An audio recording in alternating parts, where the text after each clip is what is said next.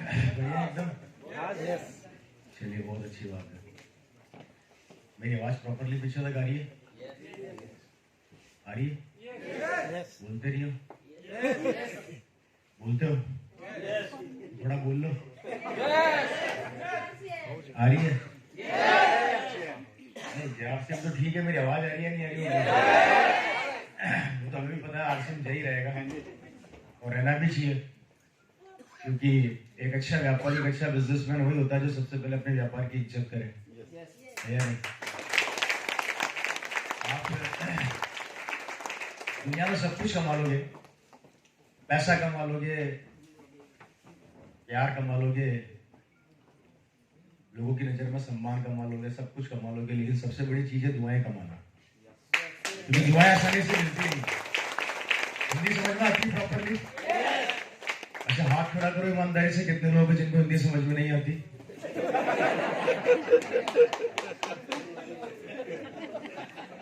थोड़ा सोच समझ के हाथ खड़ा करना है, क्योंकि मैं सवाल उल्टे सीधे करता रहता हूँ। तो मैं ये कह रहा था कि दुनिया के अंदर आप सब कुछ कमा लोगे, लेकिन एक दिल से जो दुआएं कमाना ना, ये बहुत टिपिकल काम होता है। और आज का दौर ऐसा है दोस्तों कि किसी को दुआ देने की जरूरत नहीं है, बदुआ ऑटोमेटिक तैयार रहती है या नहीं? क्योंकि आज का सब इंटेलिजेंट है, जिसको देखो सबके पास इतना ज्ञान भरा पड़ा, भगवान की सुगंध, भगवान भी कंफ्यूजन आता कहां से? क्या बोला मैं? और आश्चर्य की बात तो ये, ज्ञान उन लोगों के पास सबसे ज्यादा है जो सड़क पर बेरोजगार घूम रहे हैं। वो आपको ऐसा ऐसा ज्ञान देंगे कि आप कंफ्यूज हो जाओगे, भाई तू आया कहां से? तो सबसे बड़ी चीज क्या होती है दुनिया के अंदर? ज्ञान बहुत देते हैं, लेकिन सबसे अच्छा ज्ञान और सबसे प्यारा ज्ञान देने वाले जो होते हैं वो प्रैक्टिकली सफल लोग होते हैं, और सफल लोग अपना ज्ञान हर किसी को नहीं देते। ये दुनिया का नियम है। मैं बात कर रहा हूँ ट्रेडिशनल व्यापार की। ट्रेडिशनल बिजनेस के अंदर दुनिया का कोई भी सफल आदमी अपने तरीके नहीं बताएगा आपको सफल होने के। कोई बताएगा क्या? कभी सुना आपने अंबानी अपने तरीके अडानी को बता रहा है? नहीं बताएगा ना। सिमिलर लाइफ होती है, बस एक दुनिया का यही ऐसा व्यापार है जहां पर हम कूट कूट के अपना ज्ञान आपको देते हैं कि भैया हमारे जैसे है। और जब तक पसीना आते हैं, जब तक कि आपको समझ में ना आ जाए, क्योंकि हम भी जिद्दी हैं, आरसीएम का डिस्ट्रीब्यूटर भी जिद्दी है, वो मानता नहीं, चैन से बैठता नहीं। और यही चीज है दोस्तों, सफलता की सबसे बड़ी चीज है। इस बिजनेस के अंदर आपको सब कुछ मिल जाएगा, लेकिन इस बिजनेस को करने से पहले सबसे पहले आपको करना है इस बिजनेस को समझना बहुत ज्यादा जरूरी है। हम में से मैक्सिमम लोग आरसीएम बिजनेस को ज्वाइन तो कर लेते हैं, लेकिन इसको ढंग से समझ नहीं पाते कि बेसिकली है क्या। और जिस आदमी ने इसको ढंग से समझ लिया वो रात को सो नहीं पाता, ये भी पक्का है। हकीकत बता रहा हूं, अगर आपने इसको ढंग से समझ लिया तो नींद नहीं आएगी, आपकी नींद उड़ जाएगी। क्योंकि जब भी कोई परिवर्तन या रेवोल्यूशन आता है दुनिया के अंदर, वो अपने साथ चैलेंजेस लेके आता है। कोई भी परिवर्तन जब दुनिया में होता है वो अपने साथ चैलेंजेस लेके आता है, और जब चैलेंजेस लेके आता है तो हम उसमें कमियां ढूंढते हैं। हम उसमें कमियां ढूंढते हैं, ऐसा थोड़ी हो सकता है, ऐसा थोड़ी होगा, ये तो फालतू की बातें हैं, ये तो सब कहने की बातें हैं। और जब वो चैलेंजेस अपने आप को खड़ा करके इतिहास बना देता है, तो हम उसके पीछे पीछे भागते हैं कि यार काश मैं कर लेता, काश मैं कर लेता। और इसी कारण से हम में से कई लोग आज काश ही बन के रह गए कि काश मैं समझ लेता, काश मैं कर लेता। और यही विडंबना है हमारी जिंदगी का सबसे बड़ा ड्रॉप है, क्योंकि हमारे में से एक आम आदमी की उम्र होती है 50 साल, जिसमें से 25 साल तो ये सोचने में निकाल देता कि करना क्या है, और 25 साल ये सोचने में निकाल देता कि करना कैसे है, जिंदगी खत्म। सही कह रहा हूं, गलत कह रहा हूं? हेलो। और हम सबके एग्जाम्पल भी हैं, बहुत अच्छे एग्जाम्पल हम सारे, क्योंकि हम सबके सपने बहुत बड़े बड़े थे। आप में से कितने लोग जिनके सपने पूरे हो गए? आप में से कितने लोग हैं जिनके पास वो सब ड्रीम जो आपने बचपन में देखे थे कंप्लीट हो गए? कोई एक है यहाँ पे सिंगल है, 1%? कारण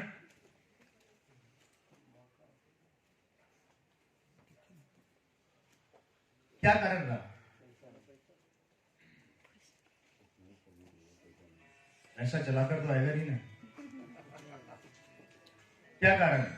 मेरे को याद है कि जब मैं छोटा था, जब मेरी उम्र लगभग 10-12 साल हुआ करती थी, तो मैं सोचा करता था कि एक दिन मेरे पास गाड़ी होगी, बंगला होगा, बैंक बैलेंस होगा, मैं मेरे माँ बाप को विदेशों की यात्रा कराऊंगा, मैं अपनी फैमिली को विदेश घुमाऊंगा, अपने माँ बाप को 4 धाम की यात्रा कराऊंगा, मेरे गांव की सबसे लंबी लंबी कारें मेरे पास होगी। और लेकिन जैसे जैसे जिंदगी की असलियत में आता चला गया तो पता लगा कि पैसा कमाना कितना मुश्किल काम है। कारण क्योंकि पता लग रहा था कि इस दौड़ के अंदर मैं अकेला नहीं दौड़ रहा, 140 करोड़ लोग दौड़ रहे हैं। कितने लोग दौड़ रहे हैं? और जब भी मुझे पता लगा कि यार 140 करोड़ लोग दौड़ रहे हैं, वो भी पैसा कमाने के लिए, तो मेरा नंबर कब आएगा? और इसी कारण से आपने कभी कभी नोट किया होगा कि जब छोटे थे तो सपने बड़े थे, और जब बड़े हुए तो सपने छोटे हो गए, और किसी किसी के तो खत्म भी हो गए। हेलो, कभी कल्पना करिए आप लोगों ने ऐसा क्यों हुआ? क्या कारण था कि हमारे सपने उम्र के साथ साथ खत्म होते जा रहे हैं, हमारे ड्रीम खत्म होते जा रहे हैं। आज हमारी जिंदगी उस कंडीशन पर आके खड़ी हो गई कि हम सिर्फ 2 वक्त की रोटी कमाने का काम कर रहे हैं। अगर मैं आप लोगों से बोलूं लग्जरी कार खरीदनी है आज के आज, तो आप 10 बार सोचेंगे खरीदूं या नहीं खरीदूं। रीजन क्या है? कभी सोचा, कल्पना करी इसके ऊपर आप लोगों ने? हेलो, क्यों हुआ ऐसा? उसका मेजर कारण है हमारी सोच। हमारी सोच को उस पौधे से सींचा गया, उस पानी से सींचा गया जहां पर हमने हमारी सोच को कभी आगे बढ़ने दिया ही नहीं। मैं एग्जांपल देकर समझाता हूं, आपको बहुत अच्छे तरीके से समझ में आ जाएगा। हमें जिंदगी में 3 काम सिखाए गए। कौन कौन से काम? कौन कौन से 3 काम सिखाए गए? हमें 3 चीजें लाइफ के अंदर सिखाई गई है। 3 काम आप कर लो, आपकी लाइफ सेट हो जाएगी। और 3 काम ये थे। पहला काम हमें सिखाया गया, पहला काम जिंदगी के अंदर या तो नौकरी कर लो, दूसरा काम जिंदगी में या तो व्यापार कर लो, या तीसरा काम खेती कर लो। ये 3 काम हमारे दिमाग में बचपन से डाले गए, और ये बीज हमारे दिमाग में बचपन से बोया गया था। सही कह रहा हूं, गलत कह रहा हूं? राइट कह रहा हूं सर? अगर इन तीनों कामों के करने से अगर हमारे बाप दादा करोड़पति नहीं बन सके तो हम कैसे बन जाएंगे भैया? हेलो, और इस 3 काम के अलावा चौथा काम हमें आता नहीं है। मैं एग्जांपल देकर समझाता हूं। अगर आप नौकरी कर रहे हैं तो आपके पिताजी आपको क्या सिखाएंगे?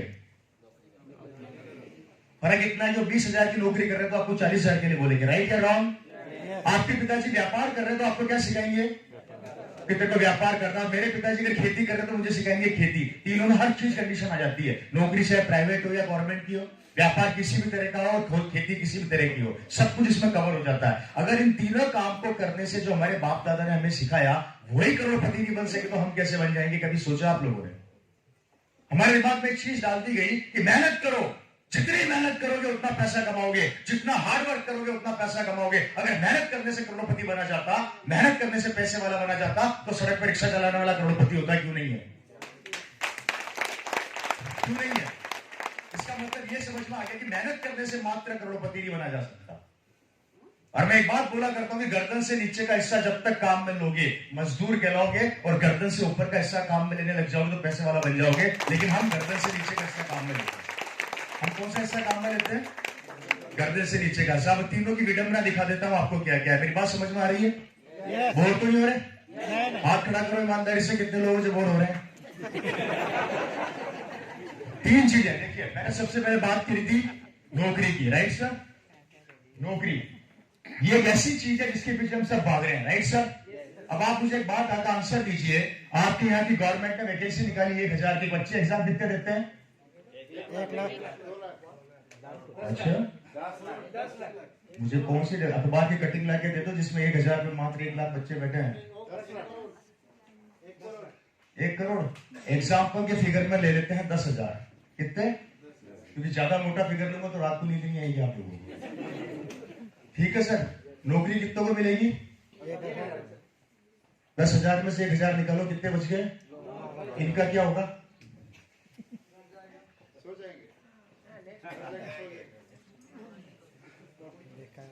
अगर ये सो जाएंगे तो उनके परिवार का क्या दोष है?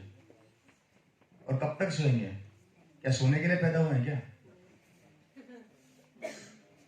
क्या होगा सर? समझने वाली बात यह है कि नौकरी इतनी सी, करने वाले इतने,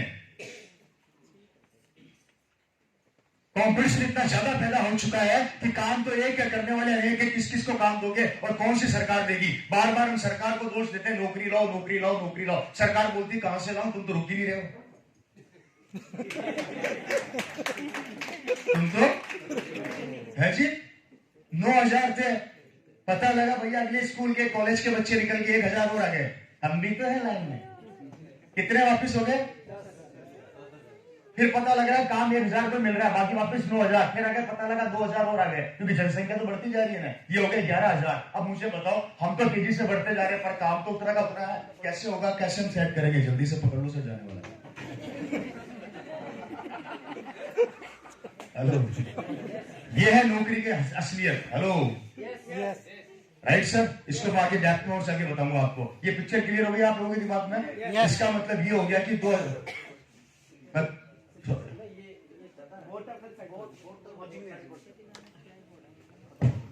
okay fine, right, okay fine. इसका मतलब ये क्लियर हो गया कि आज जिस चीज के पीछे हम भाग रहे हैं, जिस डराओ मत यार, मेरा शर्ट ही बाहर आ गया देखो। कोई बात नहीं, चलो हमारे कपड़े तो ऐसे बस तो व्यस्त रहते हैं, कोई फर्क नहीं पड़ता। आगे बढ़ते हैं। Right sir. नौकरी की कंडीशन ये हो गई है कि काम एक है, करने वाले अनेक है। एक जगह को काम मिल सकता है, बाकी को काम नहीं मिलेगा। इट मींस ये हो गया कि ये कंपटीशन का दौर अगर 2023 के अंदर इतना खतरनाक है तो 2025 और 2030 तक आते आते हमारे देश के क्या हालात होने वाले हैं, कल्पना कर लेना। आज महीने का 20,000 कमाते हो, 30,000 कमाते हो, 40,000 कमाते हो। मेरा एक सवाल है आप लोगों से, कल को आपका बेटा मेरी उम्र में आ गया और मेरी एज के अंदर से निकल रहा है, कि जितना आप कमा रहे हो कमा लेगा क्या? है जी? नहीं कमाएगा तो फिर वो करेगा क्या? आज ढंग से मेरी बात को एक एक चीज को गौर से सुनना। क्या करेगा वो? ये हो गई नौकरी के हालात। Right sir. आगे बढ़ते हैं, व्यापार की बात करते हैं। अब हमें लगता है कि यार नौकरी तो हम कर नहीं सकते, क्यों ना व्यापार किया जाए। इसको कोई आके पकड़ ही लो या कुर्सी लेके बैठ जाओ, वैसा मुझे लग रहा है नीचे चला जाएगा। नहीं जाएगा ना पक्का, हिल रहा है कुछ ज्यादा। अब मैं इसके बाद बात करने जा रहा हूं आप लोगों से व्यापार की। अब हमारे दिमाग में एक चीज दूसरी सेट की गई, व्यापार कर लो तो बहुत बेहतर हो जाएगा। समझना, बहुत इंपॉर्टेंट बात समझाने जा रहा हूं, ठीक है?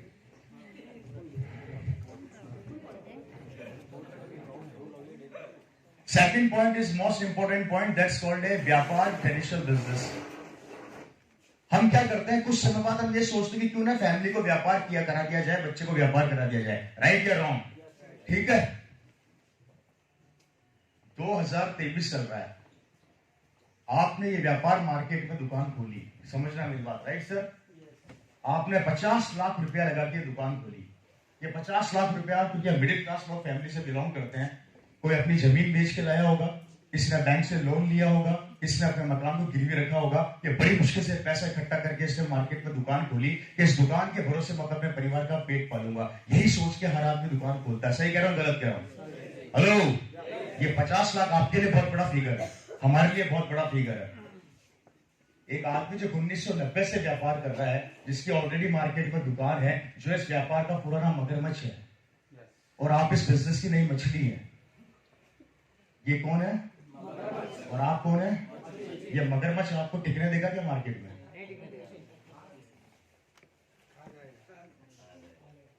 है जी? जिसका नतीजा है कि आप में से कई लोगों ने कोई बिजनेस चालू किया होगा, कुछ समय तक चलाया, बड़ी मुश्किल से ठप हो गया, बंद हो गया, या आपके आसपास लोगों ने आपने सुना होगा। राइट या रॉन्ग?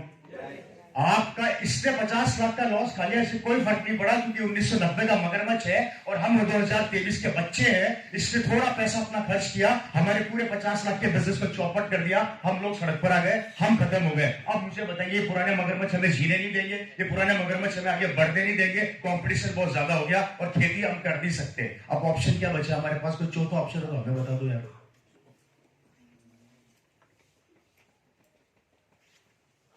अगर कोई चौथा ऑप्शन है तो हमें बता दो। हेलो, मेरी बात समझ में आ रही नहीं आ रही आप लोगों को? क्या तरीका है? लाखों रुपया लगाने के बाद मैं बाजार सेट नहीं कर पा रहा, क्योंकि पुराने बिजनेसमैन कंपटीशन में मुझे मार देंगे, नौकरियां है नहीं, खेती हम कर नहीं सकते। चौथा ऑप्शन क्या है जिससे हम बड़ा बन सकते हैं, अपने सपने पूरे कर सकते हैं, वो सपने जो खत्म हो गए, हम जिंदगी में आगे बढ़ सकते हैं। और ये तो आंकड़े 2023 के हैं, 2025 और 2030 में क्या होगा, और समय तक तो आते आते टोटल देश कंप्यूटराइज हो जाएगा, टोटल चीजें ऑनलाइन हो जाएगी। एक जमाने में आप लोग खाना खाने मार्केट में जाते थे, मार्केट से खाना घर पे आता है, जाने की जरूरत ही नहीं है। एक जमाने के अंदर सब्जी खरीदने बाजार में जाते थे, अब सब्जी घर में आती है। ये 2023 में हो रहा है, और 2025 और 2030 तक आते आते हिंदुस्तान का 80% आदमी बेरोजगार हो जाएगा। आप सोच कर देखिए, उस समय हमारे बच्चों का, हमारी जनरेशन का, हमारा क्या होगा। कारण बता देता हूं। आप सब जानते हैं जब से कार के ऊपर स्टिकर लगा, जिसे फास्ट टैग बोला जाता है, एक दिन में लगातार 60,000 कर्मचारियों को नौकरी से निकाल दिया गया। वो सारे के सारे बेरोजगार हो गए। तेजी से समय बदलता जा रहा है। एक जमाने के अंदर इंश्योरेंस करने वाला घर पे आता था, अब मोबाइल में इंश्योरेंस घूमता है। एक जमाने के अंदर फोन करने एसटीडी पे जाया करते थे, अब फोन जेब में लेके घूम रहे हैं। एक जमाने में कार में सफर किया करते थे, आने वाले समय में टेस्ला नई कार लेके आ रहा है जो इलेक्ट्रिक कार है, आदमी चलाएगा ही नहीं उसको। हवाई जहाज ऑटोमेटिक चलेंगे, ट्रेनें ऑटोमेटिक चलेगी, दुनिया का हर काम ऑटोमेटिक होगा। इवन आपको बता देता हूं कि 2030 तक की फिगर आ चुकी है। उड़ने वाली बाइक मार्केट में लॉन्च हो चुकी है, जो हवा में ऑटोमेटिक उड़ेगी। उसको भी इंसान जमीन चलाएगा, ऑटोमेटिक चलेगी। अगर हर चीज कंप्यूटर, मशीनें, लैपटॉप और साथ में आपका ये क्या बोलते हैं मोबाइल ऐप करने लग जाएंगे, तो 2030 में हम, हमारी फैमिली, हमारे बच्चे क्या करेंगे? आप लोगों ने कभी इसके ऊपर चिंतन करा है क्या? कब करोगे? जब पूरे बर्बाद हो जाएंगे हम लोग तब। मुझे एक चीज समझ में नहीं आती, मोबाइल अपने आप को अपडेट करता है, कारें अपने आप को अपडेट करती है, फीचर नए नए आ रहे हैं। आईफोन 7 आया, 8 आया, 9 आया, 10 आया, 11 आया, 12 आया, 13 आया, 14 आ गया। कारें जिसमें नए नए फंक्शन डेली ला रहे हैं, डेली एक नया फंक्शन ऐड करते हैं, 5 लाख रेट बढ़ा देते हैं। हर चीज अपडेट हो रही है जो मार्केट में कंप्यूटर या लैपटॉप या फिर मशीनरी है। हम कब अपडेट होंगे?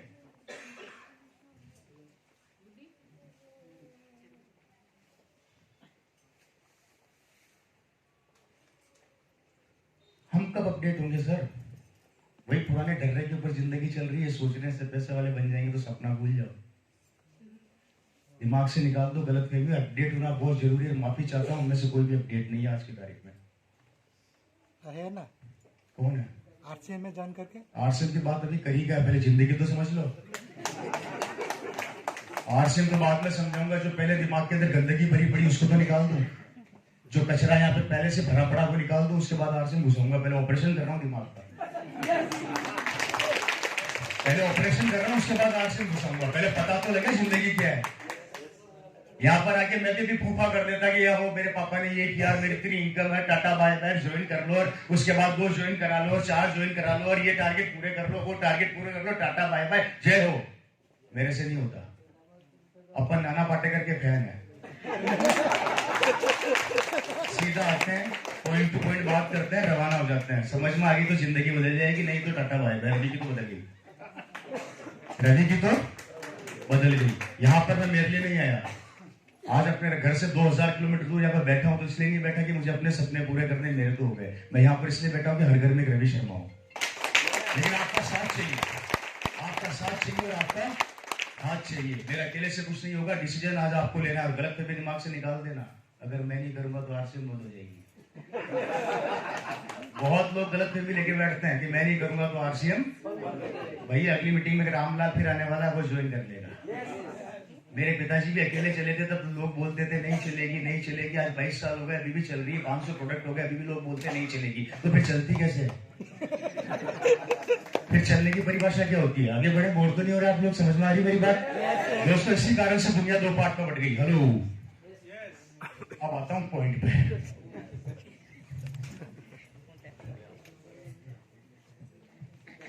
इसी कारण से दुनिया 2 पार्ट में बढ़ गई। जानना चाहते हैं 2 पार्ट कौन कौन से हैं? 20% एंड 80%। क्या है ये? इसका रेशियो है। कौन है 20% लोग? अमीर लोग, पैसे वाले, राइट सर? और 80% कौन है?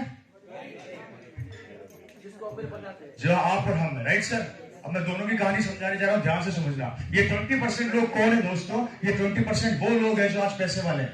ये जिस चीज पर हाथ रखते हैं इनकी हो जाती है। ये जिस देश में जाते हैं वहां बंगले खरीदते हैं। ये खुद के पर्सनल हवाई जहाज में सफर करते हैं। इनके खुद के पर्सनल यॉट होते हैं। ये कभी भी दुनिया के अंदर, याद रखना एक चीज बहुत बड़ी बोलने जा रहा हूं, डायरी में नोट करना। पूरी जिंदगी 2 तरह के लोग होते हैं। एक वो आदमी होता है जो पैसे के पीछे भागता है, एक आदमी वो होता है जिसके पीछे पीछे पैसा भागता है, राइट? ये वो लोग हैं जिनके पीछे पीछे पैसा भागता है। लेकिन आश्चर्य की बात आप सोचो, 90 साल पहले सारे सड़क पर थे। मार्कर काम नहीं कर रहा।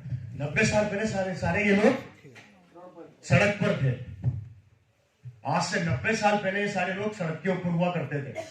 और उससे बड़ी आश्चर्य की बात है, सब 5वीं 6वीं फेल है।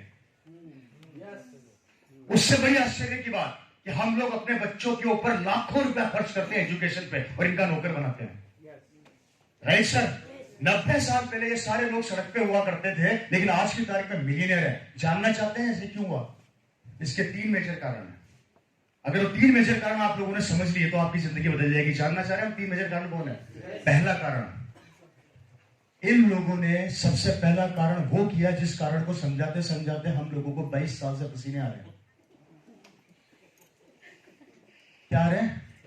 पसीने आ रहे हैं। 22 साल हो गए हमें समझाते समझाते, लेकिन आप लोगों को समझ में नहीं आ रही।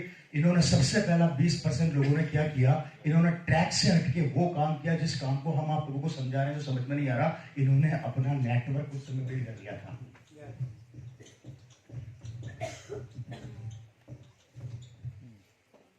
इन लोगों ने 90 साल में पूरे हिंदुस्तान में अपने नेटवर्क की टीम को बना लिया। और जिसका एग्जाम्पल मैं आप लोगों को दे देता हूं, छोटा सा देके समझा देता हूं। जैसे बाटा एग्जाम्पल है। आप बाटा का अगर जूता पहनते हैं, मार्केट से खरीदते हैं, अगर बाटा की एक दुकान बंद हो गई, पूरे हिंदुस्तान में 20,000 शॉप है, बाटा को फर्क पड़ेगा क्या?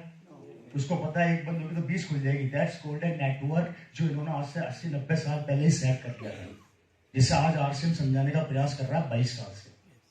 और जिसका नेटवर्क सेट हो गया वो आदमी कभी हिल नहीं सकता, क्योंकि उसके लिए फिर टीम काम करती है, और जहां टीम काम करती है उसको कोई हरा नहीं सकता। Is it clear? पहला मेजर रीजन ये था जो हमें आज भी समझ में नहीं आ रहा है। सेकंड मेजर रीजन, दूसरा सबसे बड़ा कारण क्या है इनका पैसे वाले बनने का? वो ये है दोस्तों, ये जिंदगी में जब भी किसी काम को चालू करते हैं, कभी किसी से राय नहीं लेते, चालू कर देते हैं। क्या करते हैं ये लोग? ये किसी से राय नहीं लेते, चालू कर देते हैं। अंबानी को जियो खोलने का चालू कर दिया, किसी से राय नहीं ली। और हम क्या करते हैं? किसी काम को चालू करने से पहले राय लेते हैं। भैया परचूने की दुकान खोलूं या साड़ी की खोलूं? साड़ी की खोलूं या सूट की खोलूं? तू बोल किसकी खोलूं? तू बोलेगा उसकी खोलूंगा तो चलेगी, वरना नहीं चलेगी। थोड़ा भारी है नहीं, महसूस हो गया होगा। हमारा प्रॉब्लम ये है कि हम लोग राय लेते हैं, ये लोग राय नहीं लेते, अपना काम स्टार्ट कर देते हैं। और इसी कारण से ये आगे बढ़ जाते हैं। जिस दिन राय लेना बंद कर दोगे, सफलता के रास्ते खुल जाएंगे। और आश्चर्य की बात, हम राय किससे लेते हैं? हम राय उस आदमी से लेते हैं जो हमारा पड़ोसी है, हमारा रिश्तेदार है। अगर हमारा पड़ोसी, हमारा रिश्तेदार इतना इंटेलिजेंट होता तो हमारा पड़ोसी होता क्या? तो किसका पड़ोसी होता? अमिताभ बच्चन का, शाहरुख खान का। पड़ोसी किसका है? और हम ऐसे सफल आदमी से राय लेने की धंधा करूं नहीं करूं? वो बोलेगा पागल हो गया है, मेरी राय ले। मैं कहता हूं जो धंधा कर। अरे भाई इतना इंटेलिजेंट होता तो तू भी करोड़पति बन जाता ना। इसलिए दूसरी बात, कभी जिंदगी में किसी से राय मत लो। अभी भी यहाँ पे बहुत से लोग कौन ही मार रहे होंगे, आरसीएम करो नहीं करो? राय ले रहे होंगे पड़ोसी से कि आरसीएम करो या नहीं करो? राय लेना बंद कर दो और मैदान में उतर जाओ। राय लेना बंद कर दो और मैदान में उतर जाओ। दूसरा मेजर कारण, ये 20% आदमी कभी किसी से राय नहीं लेता, जो गलती हम करते हैं। क्लियर हो रही है मेरी हर एक बात? तीसरा मेजर कारण, सुनना बहुत इंपॉर्टेंट है और ये सबसे महत्वपूर्ण कारण है। तीसरा इंपॉर्टेंट कारण है 20% लोगों का, ये लोग कभी भी अपने टाइम को किल नहीं करते, इन्वेस्ट करते हैं। और हम लोग अपने टाइम को टोटली किल करते हैं, इन्वेस्ट नहीं करते। किसी बड़े आदमी को आप लोगों ने रेल के 3rd क्लास के डब्बे में सफर करते देखा है? क्यों? चलिए छोड़िए, आपने कभी सुना कि नरेंद्र मोदी जी डिस्को थैक में डिस्को करते हुए पकड़े गए? नहीं सुना? अच्छा, आप लोगों ने कभी सुना कि शाहरुख खान अपनी खुद की पिक्चर देखते हुए पकड़े गए? अच्छा, कभी आप लोगों ने यह सुना कि अमिताभ बच्चन जी शाहरुख खान की पिक्चर की तारीफ कर रहे हैं? क्यों नहीं सुना? क्या इंसान नहीं है? ये अपना काम करते हैं और आगे बढ़ जाते हैं। इनके पास समय नहीं है समय बर्बाद करने के लिए पास, और हमारे पास समय है समय को बर्बाद करने के लिए। मैं एग्जांपल देके समझा देता हूं, आपको समझ में आ जाएगा। आपके उड़ीसा में इलेक्शन हो रहे हैं साहब, आपको पता लग रहा है कि हमारे इलाके में इलेक्शन है और हमारे यहाँ का एमपी बनने वाला है, और आप राजनीति पे ऐसी चर्चा करोगे, 6-7 घंटे ऐसी चर्चा करोगे जैसे टिकट आपको मिलने वाली है। सही कह रहा हूं, गलत कह रहा हूं? हेलो, दैट्स कॉल्ड टाइम को किल करना। और हम तो किल करते ही करते हैं, अपने साथ 6-7 लोगों का समय और किल करते हैं। अगर 7 आदमी राजनीति पे बैठ के 5 घंटा चर्चा कर रहे हैं तो कितना समय बर्बाद हो रहा है? आप सोच कर देखिए, हमारा इतना समय बर्बाद हो रहा है। जबकि आश्चर्य की बात है, जिसकी चर्चा कर रहे हैं वो जीतता है, उसका बेटा क्या बनेगा हम सबको पता है, बड़े बड़े फिल्म स्टार का बेटा क्या बनेगा हम सबको पता है, लेकिन हमारा खुद का बच्चा क्या बनेगा हमको नहीं पता। जबकि टाइम हमारा, सफलता इनकी, समय हमारा, सफलता इनकी। मैं एक बहुत बड़े फिल्म स्टार का इंटरव्यू देख रहा था, उससे पूछा गया कि सर अब तक आपने 40 सुपरहिट पिक्चरें दी, कितनी? 40 सुपरहिट पिक्चरें। एक सवाल है सर आपसे, इंटरव्यू करने वाले ने पूछा, तो उनसे पूछिए कैसे नहीं 40 पिक्चरों में से आपने खुद की पिक्चर कितनी देखी? तो उसने पता क्या रिप्लाई दिया, पागल थोड़ी हूं मैं तो पिक्चर बनाता हूं, आगे बढ़ जाता हूं, पब्लिक है मेरे को सुपरहिट करने के लिए।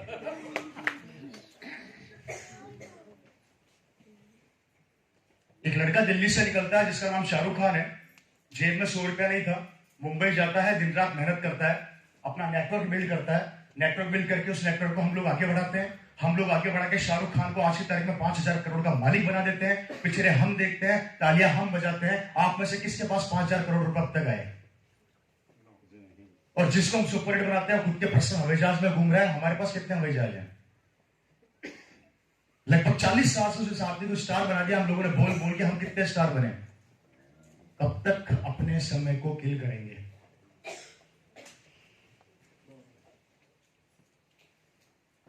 मैं भी जयपुर में पिक्चर देख सकता था बैठ के आराम से, क्या जरूरत थी मुझे यहां पर आने? क्योंकि time is equal to money. हर बड़ा आदमी जानता है कि उसका टाइम, उसका पैसा है, उसकी जिंदगी है, और वो काम हम बहुत बेहतर तरीके से करते हैं, टाइम को खत्म करना। इसलिए थर्ड पॉइंट, समय को किल करना बर्बाद कर दो और समय को इन्वेस्टमेंट करना चालू कर दो। हेलो, मेरी बात समझ में आ रही है? बोल रहे हैं नहीं? मेरे को लग रहा है आपको मेरा चेहरा पसंद नहीं आ रहा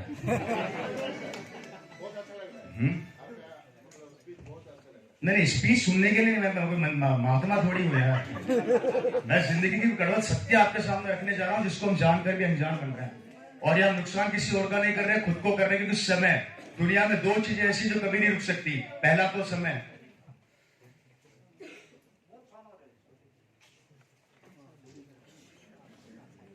सर इसी से छुटकारा दिलाने आया हूं। अगर लोग आपको बार बार फोन कर रहे हैं इसका मतलब आप दुखी हो। अगर आपके पास फोन नहीं आ रहे मतलब आप दुनिया के सबसे सुखी आदमी हो। फोन बजने ही नहीं चाहिए। क्यों बजे भाई? क्यों हो रहे हो दुखी? जब हम सुखी करने आए तो सुखी हो जाओ ना यार। मतलब एक आदमी ये समझा रहा है कि भैया थोड़ा सा पसीना बहा लो जिंदगी बन जाएगी, तो समझ में नहीं आता। और दो एक आदमी बोल रहे हैं कि हाँ घूमने चलते सारे चल रहे यार, दूध को बेचना पड़ता है, वो ऑटोमेटिक बिक जाती है।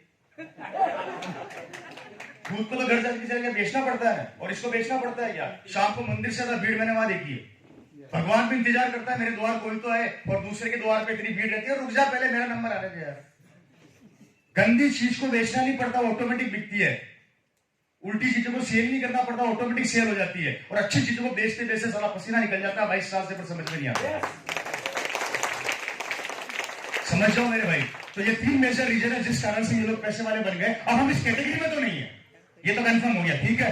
क्योंकि हमने कभी नेटवर्क बनाया नहीं, हमने कभी किसी से राय लेना बंद किया नहीं, और हमारे पास समय इतना है कि जितना चाहो उतना बर्बाद करवा लो, कोई दिक्कत नहीं है। तो इस कैटेगरी में तो हम है नहीं। अब क्या करें? बचिए, अब इस पे बात कर लें। चलिए, पिक्चर क्लियर होती जा रही है? दिमाग में कुछ जा रहा है? ओके, थोड़ा ताली वाली मार के करो, होली दिवाली।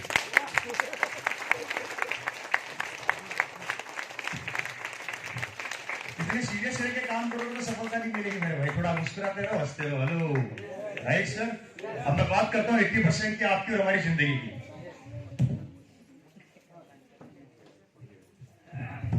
80%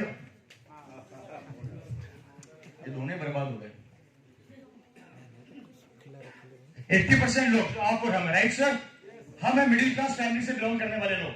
हम वो लोग हैं जहां पर हमें अपने सपने पूरे करने के लिए सोचना पड़ता है। सही कह रहा हूं, गलत कह रहा हूं?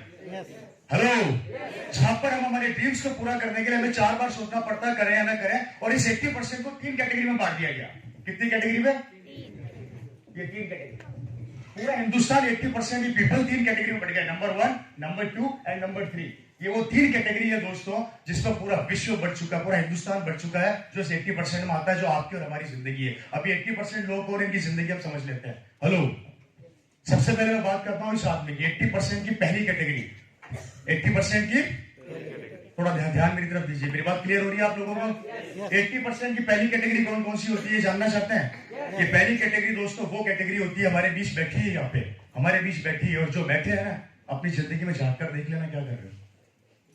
ये 80% की पहली कैटेगरी क्या करती है? रोज सुबह 7 बजे उठती है, 8-9 बजे नहा धो के तैयार हो जाती है, शानदार अपनी मोटरसाइकिल घर से निकालती है, किक मारती है, उस पर बैठती है, टिफिन लटकाती है, सीधा ऑफिस जाती है, वहां बाइक खड़ा करता है, अब अंदर जाते हैं, सारा दिन काम करती है, दिन में रोटी खाती है, शाम को घर पर निकलने से पहले बीवी को फोन करके बोलती है, सुनो मेरे लिए गरम गरम खाना बना देना, मैं घर आ रहा हूँ। फिर अपनी मोटरसाइकिल स्टार्ट करता है, घर पहुंचता है, शाम को बीवी शानदार गरम गरम खाना खिलाती है, ये बीवी और टीवी दोनों साथ में देखता है और सो जाता है।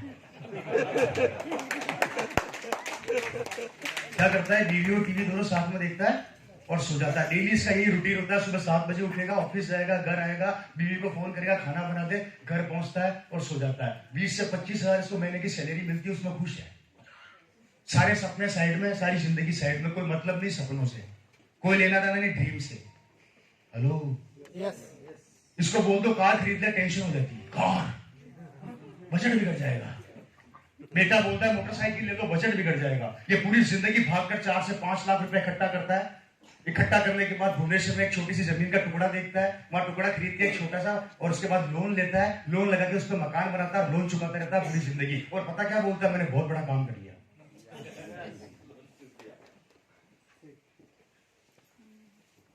अपने बेटे को शिक्षा देता है, बहुत पढ़ाई कर, इतनी पढ़ाई कर कि मैं 20,000 का नौकर हूं, तो 40,000 का नौकर बने, पर बने नौकर।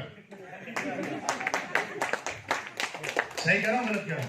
ये अपने बच्चों को भी यही सिखाता, बेटा मैंने इतनी पढ़ाई करी है, तू इतनी पढ़ाई कर कि तू मेरे से बड़ा नौकर बने, पर बने नौकर। अगर इसकी बीवी गलती से ये बोल दे, सुनो जी दिवाली आ रही है, सोने की चूड़ियां दिला दो ना, बजट बिगड़ जाएगा। इस आदमी की वाइफ पूरी जिंदगी अपने पति की जेब से 100 रुपया चोरी करती है और खुद के लिए साड़ियां खरीदती है। सही कह रहा हूं गलत कह रहा हूं? बहन जी, पति गायब, पैसा मिला सीधा अंदर। इनको पता है वैसे तो दिलाएंगे नहीं, 5,000 की साड़ी के लिए बोल दो टेंशन हो जाती है। अगर गलती से बच्चे और माँ बाप ये बोलते हैं कि सुनो जी आज 5 स्टार होटल में खाना खाना है, तो पता ही आदमी क्या बोलता है? पागल हो गई है, घर में खाना बना शानदार, पूरी और आलू की सब्जी, अपन चलते हैं सरकारी पार्क में, चद्दर वद्दर बिठा के बैठेंगे, उसमें खाएंगे। 5 स्टार से ज्यादा मजा आता है। कारण है 5 स्टार में चला गया तो बिल आएगा 10,000 का, इसलिए बजट बिगड़ जाएगा। इसके कोई सपने नहीं होते, कोई ड्रीम नहीं होते, ये पूरी जिंदगी मोटरसाइकिल में निकाल देता है और उसके बाद बोलता है कि मैंने बहुत बड़ा काम कर दिया। और ये अपने बच्चों को भी यही सिखाता है, इसके परिवार वाले भी जान चुके होते हैं अब हमारे सपने पूरे होने वाले, जैसे जिंदगी पति के साथ चल रही झीलो। इनका कोई पड़ोसी रिश्तेदार आके इनको पता क्या बोलता है कि मेरे पति ने कार खरीदी, तो इनकी पत्नियां छीट के मर जाती है जल जल के। अरे आप कब खरीदोगे? बोलते तो पागल है, उसके पास 2 नंबर का पैसा आता है। ऐसा ज्ञान देते हैं अपनी बीवी को उल्टा, खुद मेहनत करना नहीं जानते। ये इसकी लाइफ होती है। कैसी लगी?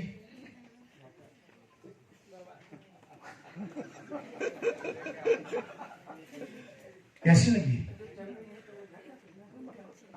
नहीं चल नहीं, वो चला रहा है। भगवान ने हर इंसान को मौका दिया, लेकिन कुछ लोग उस मौके को पहचानना नहीं चाहते। मैं बताऊंगा हम आगे। कैसी लगी साथी जिंदगी? और तो नहीं हो रहे? मेरी शक्ल तो पसंद नहीं आ रही ना। आगे बढ़े? दिमाग में जा रहा है? ये हमारे समाज की पहली कैटेगरी है, ठीक है साहब? अब यहाँ पर कौन कौन बैठा है मुझे मत बताना, खुद समझ लेना, ठीक है? सेकंड कैटेगरी से मिलते हैं। ये हमारे समाज की दूसरी कैटेगरी है दोस्तों। हेलो, ये हमारे समाज की दूसरी कैटेगरी है जो दोस्तों रोज सुबह घर से निकलती है परफ्यूम मार के, ना धो के, और गाड़ी स्टार्ट करेगी, मोटरसाइकिल स्टार्ट करेगी, या दोस्त को बुला लेगी, ए आजा मोटरसाइकिल के, मैं तैयार हूं। ये घर से निकलते हैं, सीधा आपको पता कहां मिलेंगे? चाय की दुकान पर, पान की थड़ी पे। ये सुबह 10 बजे वहां पर बैठना स्टार्ट करते हैं, शाम को 5 बजे तक चाय की दुकान पर, पान की थड़ी पे बैठे बैठे गप्पे मारते हैं। 5-7 दोस्त मिल जाएंगे, या तो पूरे भुवनेश्वर का मोटरसाइकिल में चक्कर मारेंगे बिना बात के, काम धंधा कुछ होता नहीं इन लोगों को, या फिर ये पान की थड़ी पे बैठे बैठे गप्पे मारेंगे, या चाय की दुकान पे बैठे बैठे चाय पीते रहेंगे सारे दिन। सिर्फ घर पे जाते हैं दिन में खाना खाने, और जब ये खाना खाने जाते हैं तो खाना कम खाते हैं, गालियां ज्यादा खाते हैं। खाना कम खाते हैं और माँ बाप की गालियां ज्यादा खाते हैं। कारण अब ये क्यों खाते हैं उसका कारण बता देता हूं। हमारे देश हिंदुस्तान की वो कंट्री है जिसके अंदर सबसे ज्यादा यंगस्टर पाए जाते हैं। पूरे वर्ल्ड को आप सिजस कर लीजिए, पूरे वर्ल्ड के अंदर इंडिया एक ऐसा देश है जहां पे 25 से लेकर 35 ईयर के यंगस्टर पूरे हिंदुस्तान में ही है। इतना यंग ब्लड पूरे वर्ल्ड में कहीं नहीं है। बर्बादी ये हो चुकी है कि हमारे देश का 80% युवा आज की तारीख में अपनी एजुकेशन के ऊपर लाखों रुपया खर्च करने के बाद जब नौकरी ढूंढने जाता है और जब इसे नौकरी नहीं मिलती तो इसके माँ बाप इसको निकम्मा कहना स्टार्ट कर देते हैं, इसको गालियां बकना स्टार्ट कर देते हैं, तो किसी काम का नहीं है, फालतू बैठा बैठा मेरे रोटियां तोड़ रहा है, मेरे घर का खाना खा रहा है। जब वो पैसा कमा के ला, ये पैसा कमाने जाता है और नौकरी के लिए अप्लाई करता है तो ये बोलता है मुझे 20,000 की नौकरी दे दो साहब, तो पीछे से एक आवाज आती है मैं 15,000 में तैयार हूं। 15,000 वाला बोलता है ठीक है तू आजा आगे, तुझे नौकरी देते हैं, तो पीछे से एक आवाज हो रही है भाई साहब 10,000 में मैं कर लूंगा, मेरे को दे दो फटाफट काम। इस कारण से यंगस्टर आज की तारीख में बेरोजगार होता जा रहा है और पूरे हिंदुस्तान के अंदर जितने बेरोजगार हमारे देश में है पूरे वर्ल्ड में कहीं नहीं है। सुनना मेरी बात। इस कारण से यह आदमी अपने फ्रस्ट्रेशन निकालने के लिए हमेशा घर में नहीं रहता, क्योंकि उसको घर में गालियां सुनने को मिलती है, इसलिए घर छोड़ छोड़ के भागता है और गलत काम चालू कर देता है। आ रही मेरी बात समझ में? और इसका भी 20% आज की तारीख में डिप्रेशन में है, और उस 20% का भी 10% आज के यंगस्टर आत्महत्या कर रहे हैं। रीजन इज दैट काम नहीं है, बेरोजगारी बढ़ रही है, चैलेंजेस बढ़ रहे हैं, इनकम खत्म हो रही है, महंगाई बढ़ रही है, इनकम वही की वही है। एक जमाने में सिलेंडर आया करता था आज से 15 साल पहले 150 रुपए का, आज सिलेंडर हो गया 1,000 का, और 2030 में सिलेंडर हो जाएगा 5,000 का। कहां से लाओगे 5,000? आज से 10 साल पहले सब्जी आया करती थी 20 रुपए किलो, अभी सब्जी हो गई 200 रुपए किलो, 2025 में सब्जी होगी 500 रुपए किलो। क्या खिलाओगे बच्चों को? एक जमाने के अंदर मार्केट में 20 साल पहले आप सोच कर देखिए अच्छे से, पेट्रोल आया करता था 25 से 30 रुपए लीटर, अभी पेट्रोल हो गया 100 रुपए लीटर, और ये 2030 तक पेट्रोल होगा 1,000 रुपए लीटर। कहां से खिलाओगे, कहां से भरोगे गाड़ियों में डीजल पेट्रोल? महंगाई को रोक सकते हो? इनकम बढ़ा सकते हो? कैसे बढ़ाओगे? आरसीएम को छोड़ दो 2 मिनट के लिए, बार बार आरसीएम पे मत आओ। अभी मैं सिर्फ आपके दिमाग को वॉश कर रहा हूं। आरसीएम को एक बार भी बीच में लेकर मत आओ, अपनी जिंदगी में झांक कर देखो, अगर आरसीएम तो बात की बात है, कर क्या रहे हम लोग? पहले परिवार में कमाने वाले 5 होते थे तो खाने वाले 5 होते थे। आज कंडीशन 2023 की है कि कमाने वाला 1 बचा है, खाने वाले 5 है, और 2030 के अंदर कमाने वाला 1 भी नहीं बचेगा, खाने वाले 5 होंगे। कहां से खिलाओगे? महंगाई कहां पर है? हमारी पॉकेट में है, मार्केट में है? हमारी जेब की साइज छोटी है, मार्केट में कोई महंगाई नहीं है। कभी अंबानी को देखा रोते हुए पेट्रोल के भाव बढ़ गए? कभी अडानी को देखा रोते हुए सब्जी के भाव बढ़ गए? हम क्यों रोते हैं भाई? क्योंकि हमने अपने पॉकेट का साइज कभी बड़ा किया ही नहीं।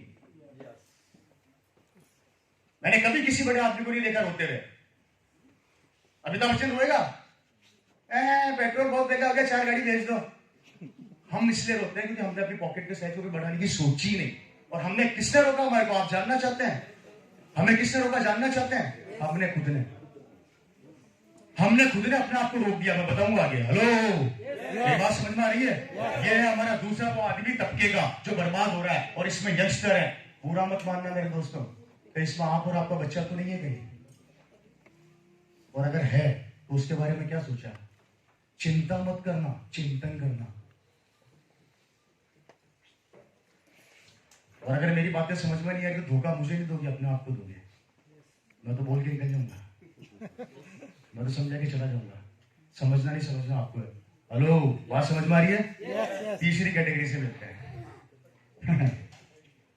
ये हमारे समाज की तीसरी कैटेगरी है। ये होते हैं दोस्तों वो पागल जिन्हें बोला जाता है ड्रीमर्स। ये वो पागल होते हैं जो अपने सपने के पीछे भागते हैं। ये वो लोग होते हैं जो गरीबी से निकल के अपने सपने को पूरा करने के लिए दिन रात एक कर देते हैं। ये कभी टीवी देखते नहीं है, ये किसी की बातें फालतू सुनते नहीं है, इनको सिर्फ अपना लक्ष्य निर्धारित करते हैं, उस पर काम स्टार्ट कर देते हैं। और जब तक उस लक्ष्य को प्राप्त ना कर ले, ये चैन से न तो सोते हैं न सोने देते हैं। ये जब तक अपने लक्ष्य को प्राप्त करके नया लक्ष्य न बना ले, ये जिंदगी के अंदर रुकने का नाम ही नहीं लेते। और ये वो लोग होते हैं जिनको जिंदगी में एक ही लक्ष्य होता है, वो है सिर्फ पैसा कमाना। और हिंदुस्तान के अंदर ढेरों एग्जाम्पल है जो जीरो हुआ करते थे और आज की तारीख में हीरो बन गए, स्टार बन गए, क्योंकि उनको सिर्फ उनका लक्ष्य निर्धारित दिखता था, उनको उनकी सफलता दिखती थी। और हमें हमारा लक्ष्य नजर नहीं आता, हम लोगों को सिर्फ ये नजर आता है कि भैया तू बोलेगा तो मैं करूंगा, तेरे समझ में आता तो अपनी राय मेरे को दे दे। हेलो, और उसमें से ये आगे जितने भी बैठे हैं ना, ये सब इसी कैटेगरी में आते हैं जो एक जमाने में जीरो हुआ करते थे, लेकिन आज सारे हीरो हो चुके हैं। ये इस कैटेगरी में।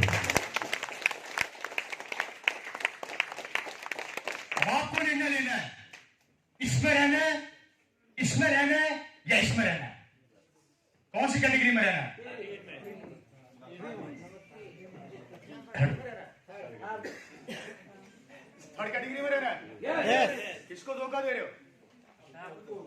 कब तक दोगे? अभी यहां से निकलोगे 4 घंटे बाद भूल जाओगे रवि शर्मा कौन था और क्या बोल कर गया था। वापस से उसी जिंदगी में लग जाएंगे, रोज सुबह उठेंगे और उसी काम को करेंगे जिस काम को करते आ रहे हैं। और किसी बड़ी किताब में मैंने पढ़ा था कि जीतने वाला कुछ अलग नहीं करता, वो हर काम को ढंग से करता है, दिमाग से करता है, वो हम लगाना नहीं चाहते। और आश्चर्य की बात, ये दोनों कैटेगरियां मिलके इसको बर्बाद करने में ताकत लगाती है। आश्चर्य की बात देखो, ये दोनों कैटेगरी मिलकर इसको बर्बाद करने में ताकत लगाती है। अरे हमारा ही कुछ नहीं हुआ तो तेरा कैसे हो जाएगा? जब नहीं आगे नहीं बढ़ सके तो तेरे को कैसे बढ़ने दूंगा? क्योंकि हम केकड़े हैं, केकड़े निकलने नहीं देंगे, साले फंसे हुए एक दूसरे के अंदर। निकल कर तो बता दे कि तू कैसा वाला बनकर तो दिखा। भुवनेश्वर से बात कदम तो रख के बता दे, टांगे नहीं तोड़ी तो मेरा नाम भी रामलाल नहीं। ये दोनों कैटेगरी मिलकर इसको बर्बाद करने की ताकत लगाती है। मैं राइट या रॉन्ग? मैं आप लोगों से पूछना चाहता हूँ दोस्तों, अपनी जिंदगी में परिवर्तन चाहते हो तो इन चीजों से तो नहीं होगा, आपको परिवर्तन लाना ही पड़ेगा लाइफ के अंदर। सिमिलर मेरे फादर इस कैटेगरी में थे, गवर्नमेंट सर्वेंट, यहां से निकल के सीधा इस कैटेगरी में आ गए। मेरे फादर क्या हो गया सर, कुछ बेकार चल रहा है? आप बात कर रहे हैं बड़ी जैसे लगा क्या? हाँ, अब मैं आपको बताता हूँ, मेरे फादर भी गवर्नमेंट सर्वेंट थे, सीधी थर्ड कैटेगरी में चले गए, बीसी कैटेगरी में गए ही नहीं। क्योंकि गरीबी 2 चीज सिखाती है, या तो लड़ जाओ या मर जाओ। सीधा सा उसूल है। गरीब परिवार का लड़का या तो दुनिया का सबसे बड़ा डाकू चोर बनेगा या दुनिया का बहुत बड़ा बिजनेसमैन बनेगा। फादर मेरे बहुत गरीब फैमिली से मैं रहा। मेरे दादाजी लेट मशीन पे मजदूरी का काम किया करते थे, राजस्थान के अंदर मजदूर थे वो। 10 बाय 10 के कमरे में मेरी फैमिली रहा करती थी, हमारे पास कुछ भी नहीं था। 10 बाय 10 का कमरा आप लोग जानते हैं कितना सा होता है, दिखाऊंगा आप लोगों को। ये साइज होता था, वहां पे इतना सा रूम होता था जिसमें 7 जने रहा करते थे। कितने जने? अगर 2 आदमी सो जाए तो 3 जनों को सोने का, 4 जनों को सोने का मौका नहीं मिलता था। मेरे पिताजी अपनी छोटी सी उम्र में, जब उनके 7 या 8 साल की उम्र थी, वो दीवार के सहारे बैठ के सोया करते थे। और मेरी बुआ, वही बोलते हैं तो क्या बोलते भाई, क्या राइट सर? हालात बहुत ज्यादा खराब थे, खाने के पैसे नहीं थे। कभी कभी तो दादाजी कमा के नहीं लाते थे तो पड़ोसी के घर से जाके थोड़ी सी दाल और चावल लेकर आते थे उधार। हमारे घर में लाइटें नहीं हुआ करती थी, चिमनी हुआ करती थी, और जलाने के लिए गैस नहीं, चूल्हा हुआ करता था। पढ़ने के लिए पैसे नहीं हुआ करते थे पिताजी के पास। दादाजी बोला करते थे कि भैया मैं तुम्हारे को पढ़ा नहीं सकता, या तो अपना पेट पाल लूं, किराया दे लूं, या तुम्हारे को पढ़ा लूं। तो तुम जानो, तुम्हारा काम जाना सरकारी स्कूल में उठा के फेंक दिया। सरकारी स्कूल में पैसा तो लगता नहीं है उस समय। फटे हुए कपड़े पहनते थे, हाफ पैंट पहनते थे, जिसपे वो यहाँ पर एक अलग से वो लगी हुई रहती है ना, फट जाती है तो लाल पीली पट्टी से लगा देते हैं, चिपका देते हैं। शर्ट सिलते हैं तो शर्ट अलग धागे का सिला हुआ होता है, शर्ट तो व्हाइट, धागा काला। इस टाइप के कपड़े पहनते थे पिताजी। घर का खर्चा चलाने का पैसा नहीं होता था तो सड़क के कचौरी की दुकान पर जाके कचौरी बेचा करते थे छोटी सी उम्र के अंदर। हमारे घर के अंदर जब लगा चूल्हा जलाने के लिए लकड़ी नहीं होती थी तो सड़क के ऊपर जो गाय गोबर कर देती है ना, जानते हो कि गाय जो वेस्ट निकालती है, उसको लेकर आते थे, दीवार के ऊपर सुखाते थे, और अगले दिन सूख जाता था तो उसके बाद उससे हमारे घर का चूल्हा जलता था। ये हालात थे हम लोगों के। जैसे तैसे पिताजी ने अपना स्कूल पूरा किया। स्कूल कंप्लीट करने के बाद राजस्थान में एक जगह है अजमेर, कभी आप लोग ने सुना होगा नाम अजमेर, जहाँ पे ख्वाजा मोइनुद्दीन चिश्ती की दरगाह है जो बहुत फेमस है पूरे वर्ल्ड में, जहाँ बड़े बड़े फिल्म स्टार भी जाते हैं। अजमेर में मेरे फादर ने कॉलेज में एडमिशन लिया और उनका एक बचपन का दोस्त उन्हीं के साथ उस समय उस कॉलेज में रहा करता था, क्लास में रहा करता था। एक कमरा किराए पे लिया।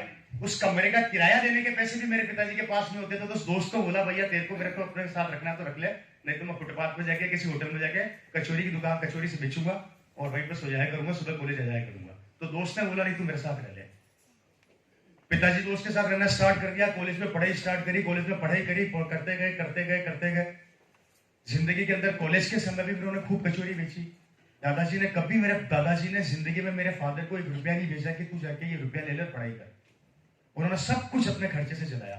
और जैसे राजस्थान से अपनी कॉलेज से कंप्लीट करके बाहर निकले तो मेरे फादर बन गए राजस्थान के अंदर joint director of equivalent to IAS officer. सीधा मेरे फादर सरकारी, मतलब एक गरीब का बेटा सीधा एक IAS ऑफिसर बन गया। 1 महीने की सैलरी सन 2000 में 1 महीने की सैलरी हुआ करती थी मेरे फादर की 25,000 रुपया महीना। कौन से ईयर में? 2000 के अंदर 25,000 रुपया महीना उनको सरकार देती थी। सरकारी गाड़ी, सरकारी बंगला, गाड़ी पर लाल बत्ती, घर के अंदर नौकर और ऑफिस के अंदर शानदार एसी कैबिन, कैबिन में कंप्यूटर, कैबिन के बाहर चपड़ासी, 9 सेक्रेटरी। कितने सेक्रेटरी मेरे फादर के? उनसे मिलने के लिए अपॉइंटमेंट लेना पड़ता था, आपके अंदर आदमी एंटर नहीं कर सकता था। जिंदगी 180 डिग्री कोण से बदल गई। एक मजदूर का बेटा आज की तारीख में ऑफिसर बन गया, लाल बत्ती की गाड़ी, शानदार बंगला, नौकर चाकर, जिंदगी गजब हो गई। हाँ, अगर आपको ऐसी जिंदगी मिले तो कैसा लगेगा? बिल्कुल, बहुत बढ़िया, बहुत बढ़िया, बहुत बढ़िया, बढ़िया, बढ़िया, बहुत बढ़िया, मजा मजा, बहुत बढ़िया।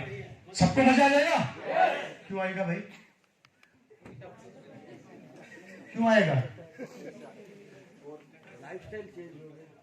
मजा कैसे आ गया बताइए? पूछ रहा हूं तो ठीक है, लाइफ स्टाइल तो चेंज हो गया। सरकारी नौकरी किसकी? पिताजी। नौकरी किसकी? पिताजी तो काम सरकार। सरकारी बंगला किसका? सरकार। सरकारी नौकर किसके? सरकार। सरकारी गाड़ी किसकी? सरकार। सरकारी ऑफिस किसका? सरकार। 70 साल बाद जब मेरे पिताजी रिटायर होंगे तो वहां से एक पेन उठा के नहीं ला सकते, तो मुझे बताइए नौकरी अच्छी कैसे?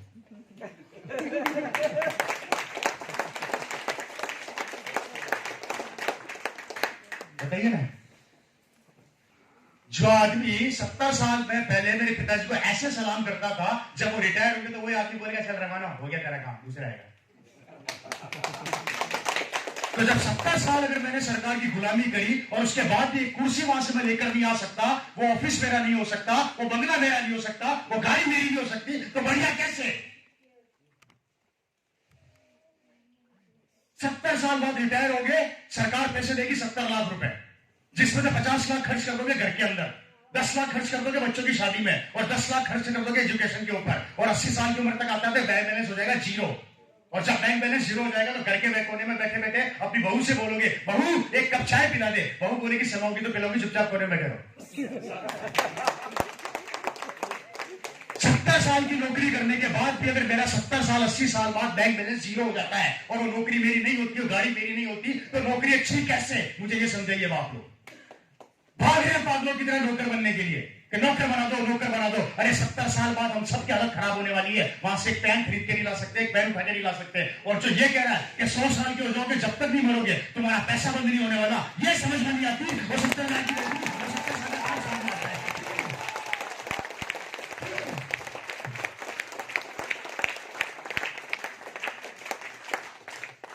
अब कैसी लगी नौकरी? ठीक नहीं है, बहुत बुरा पूरा कर दिया। तो इससे क्या दुश्मन आ रहे हैं?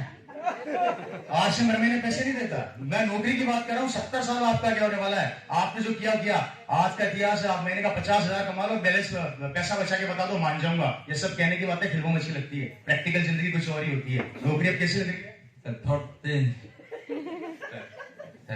क्या मैं जोड़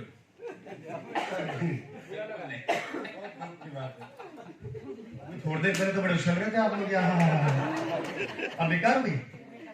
ये सारा हमारा दिमाग का गेम है, हमारे दिमाग का कचरा सेट है। इसलिए इतना समझाया मत भागो नौकरी के पीछे, पूछा थोड़ा सा मैंने तो हाँ मजा आ गया, लाल बत्ती मिल गई, गाड़ी मिल गई। अरे भाई तुम वैसे भी खरीद लोगे ना। आज मेरे से पूछो, खरीदते खरीदते परेशान, इतनी कारें हैं मेरे पास। पूरी जिंदगी में साला मैं पूरी लाइफ लगा देता ना नौकरी के अंदर, तो कार नहीं खरीद सकता। अच्छी लग रही नौकरी मैडम?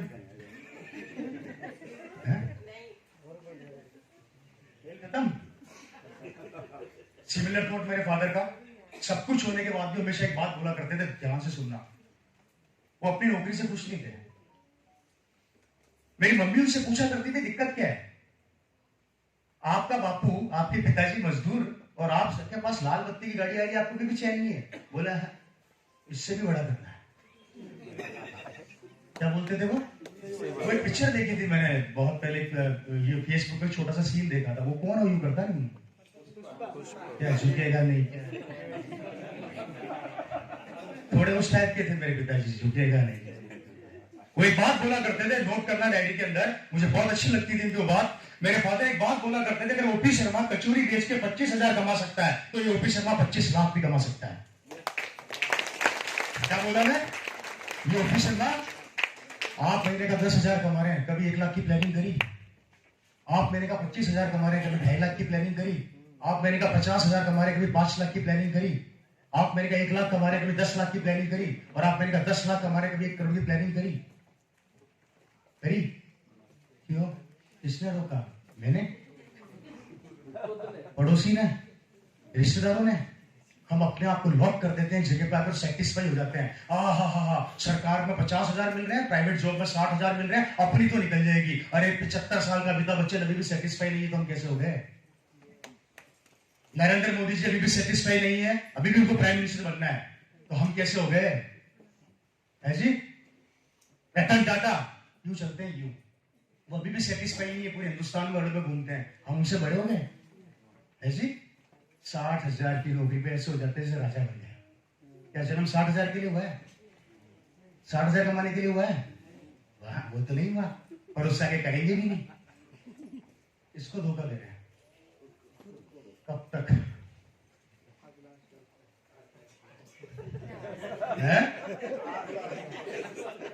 क्या आज लास्ट? देखिए, वो आज लास्ट है या फर्स्ट है मेरे को नहीं पता, लेकिन मैं आपके मेंटल लोग को खोल कर जाऊंगा। मैंने कहा था 1-1.25 घंटे में आपकी खोपड़ी घुमा दूंगा, ही पक्का है। उसके बाद निर्णय आप लोगों का। मुझे 1-1.25 घंटा चाहिए, ये बोला था भाई मैंने। आगे बढ़े। सिमिलर मेरे फादर के साथ था, उनको समझ में नहीं नौकरी, वो अपनी इनकम से सेटिस्फाई नहीं थे, वो बहुत बड़ा करना चाहते थे। उसी समय ये आरसीएम बिजनेस उनको मिल गया। अगस्त सन 2000 में ये बिजनेस उनकी लाइफ में आया, उनको आरसीएम समझ में आ गया, उन्होंने इस बिजनेस को ज्वाइन किया। ज्वाइन करते उस समय कपड़े का किट आया करता था, पैंट पीस आया करते थे। कोई है यहाँ पे जो 2000 से आरसीएम में? मैं हूं। देखो क्यों बोलते हो यार? मेरे हाथों ने किट पैक किया भाई साहब।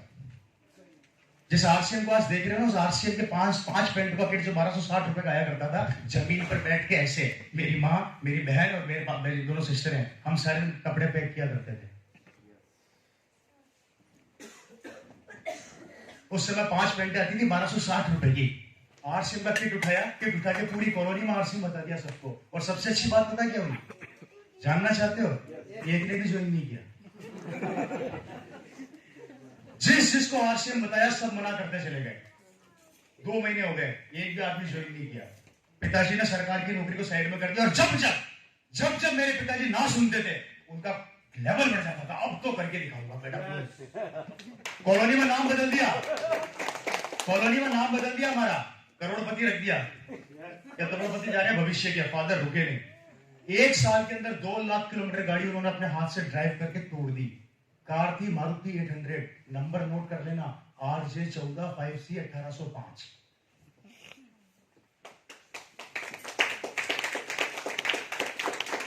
एक दोस्त को आरसीएम बताने के लिए 250 किलोमीटर दूर गए। कितना किलोमीटर? 250। क्योंकि सबने मना कर दिया। बचपन का दोस्त था ना, मैंने शायद आपको बताया था कि बचपन का दोस्त इसने कमरे में रखा था, उसके पास गए। उसको बोला आरसीएम ज्वाइन कर ले। दोस्त बोला 3 दिन बाद आना, क्योंकि दोस्त मेडिकल की दुकान करता था। 3 दिन बाद फिर पहुंच गया, आ गया, साइन कर। 4 दिन बाद आना, बेटा तेरा भी बाप हूं, 4 दिन बाद फिर आऊंगा, छोड़ने वाला नहीं हूं। 4 दिन बाद फिर पहुंच गया, साइन कर। आरसीएम का फॉर्म साइन करा। उस समय पीले रंग के फॉर्म आया करते थे, याद है कुछ? पीले रंग के फॉर्म आया करते थे, उसको भरा जाता था, नीचे सीट को तोड़ा जाता था, सिर्फ वहीं पे रखती थी, फॉर्म कंपनी में जाता था। उस समय फॉर्म ऐसे नहीं मिलते थे, एक दो समय गड्डी आती थी ऐसी मोटी, जो मेरे पास आज भी पड़ी है, किसी को चाहिए तो ले लेना, काम आएंगे नहीं। उस समय डिपो पिकअप सेंटर नहीं चला करता था, उस समय चला करता था आरडी सिस्टम। 25,000 में आरडी मिला करती थी, सबसे पहली आरडी मेरे घर में थी, जिसे आज आप पिकअप सेंटर बोलते ना। हिंदुस्तान की पहली आरडी मेरे घर में खुली थी।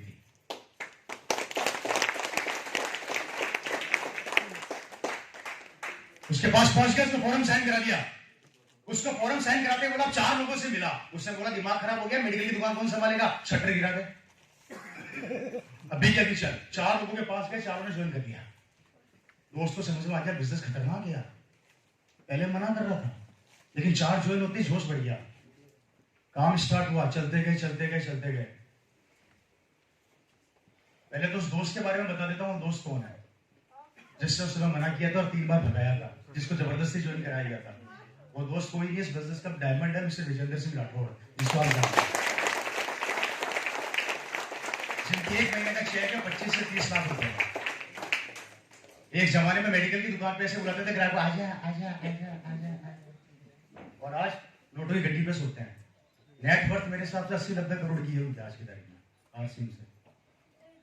वो विजेंद्र सिंह राठौड़ मेरे फादर के बचपन के दोस्त थे। वक्त जब बदलता है ना तो कहकर नहीं बदलता, सिर्फ आपको समय और अपॉर्चुनिटी को पहचानना पड़ता है, और जो पहचान गया भगवान उसका साथ देता है। क्या बदला? एक साल बाद मेरे फादर की एक महीने की इनकम थी 1,27,000 रुपया, पहली एनिवर्सरी भीलवाड़ा टाउन हॉल, लोग थे 400 से 500 जब पहली एनिवर्सरी हुई थी, और उस एनिवर्सरी के अंदर शर्टिंग लॉन्च की गई थी, शर्ट लॉन्च किया गया था, और मेरे फादर की इनकम थी 1,27,000 रुपए की। मेरे फेसबुक पे मैंने फोटोग्राफ्स डाल रखे हैं, आप चाहे तो चेक कर सकते हैं जाके। क्योंकि मैं सारी चीजें लीगल बात करता हूँ, प्रूफ के साथ बात करता हूँ, हवा में बातें नहीं करता। Right sir? आगे बढ़े। जिंदगी बदली, पिताजी रुके नहीं, क्योंकि उनका एक प्रॉब्लम था। वो जब भी कोई काम करते थे दिल से करते थे, और उनको सिर्फ एक ही चीज नजर आती थी कि मुझे नंबर 1 रहना है, उसके लिए मुझे क्या करना पड़ेगा मैं वो करूंगा। वो कभी ये नहीं सोचते थे किसकी सेकंड और किसकी थर्ड, उनको ये पता रहता था कि मेरा सब कुछ है, मुझे खड़ा करना है, दैट्स इट। और टिल टुडे, तब से लेके टिल टुडे आज तक वो नंबर 1 है, आज तक वो नंबर 1 है।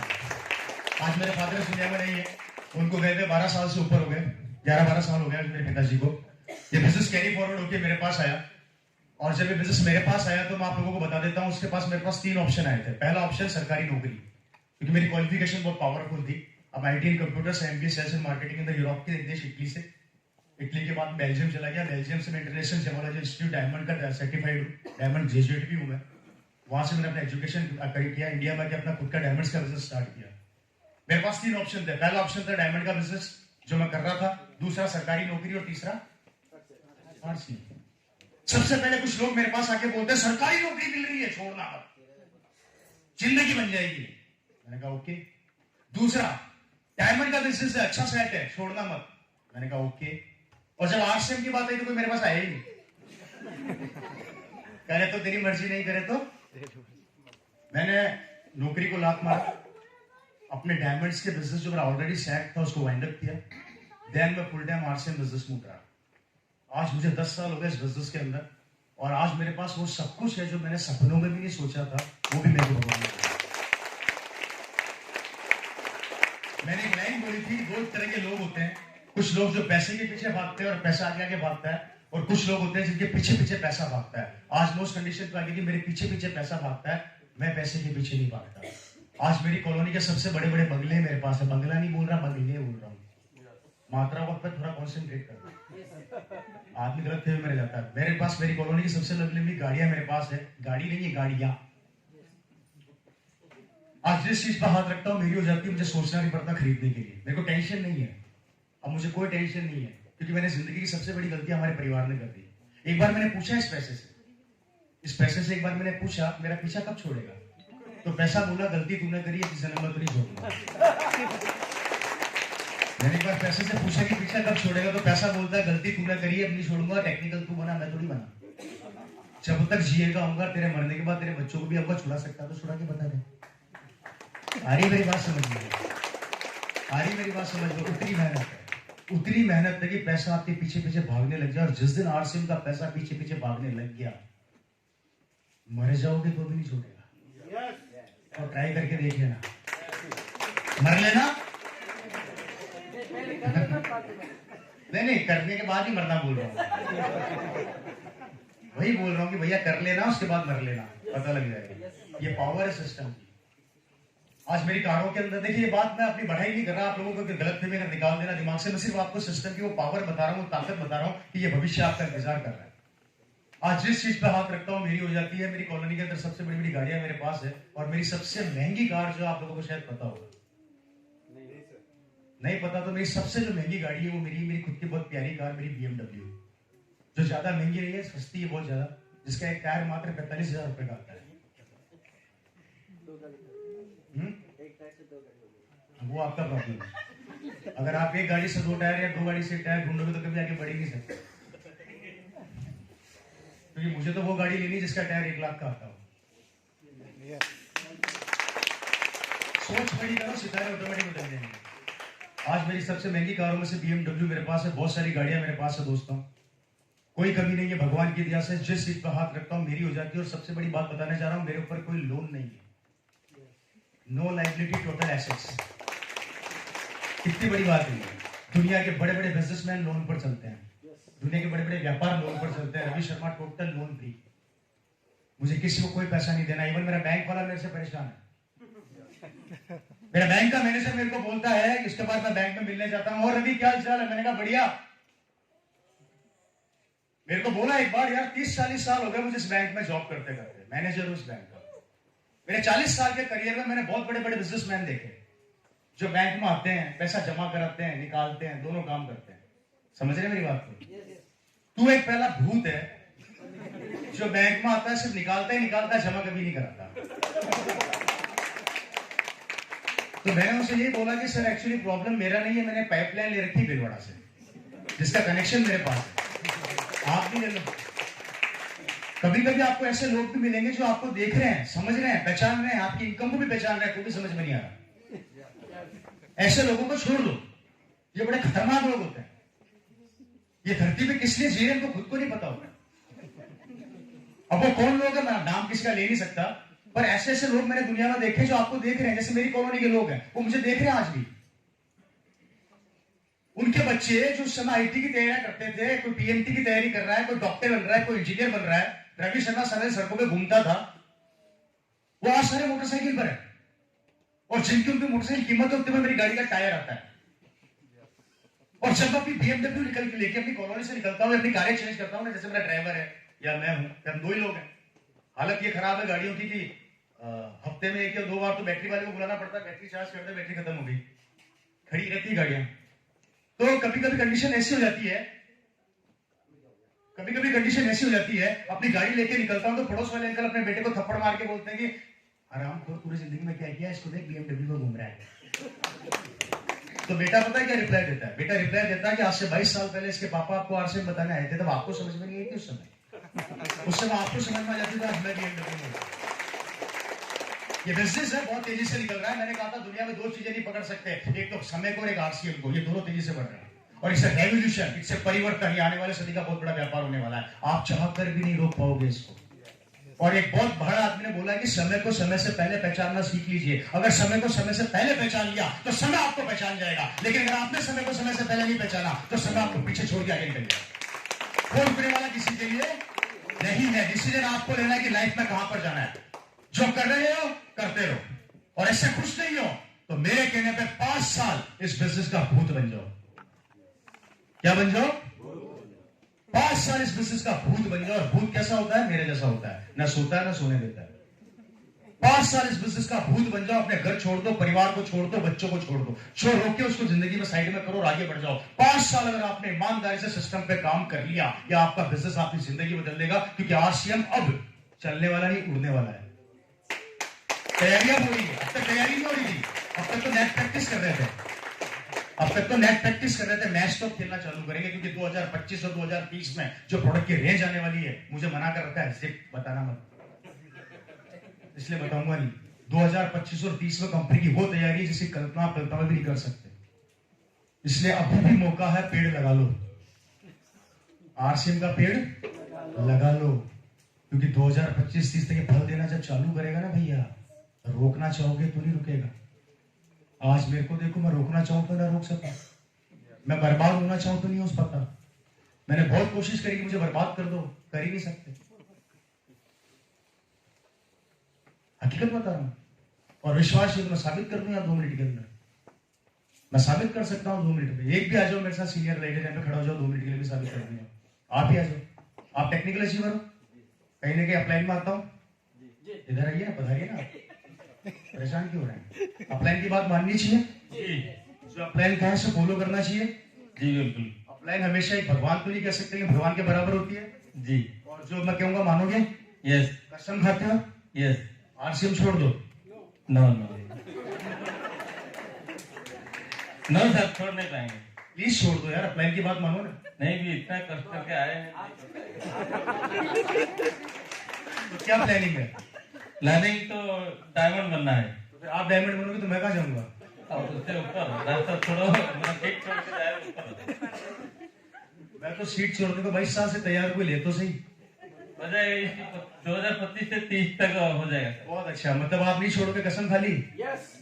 अब मुझे एक बात बताओ, मैं चाहकर इनको बोलूं कि बर्बाद करना है मेरे को, तुम लोग सब आरसीएम छोड़ दो, छोड़ेंगे?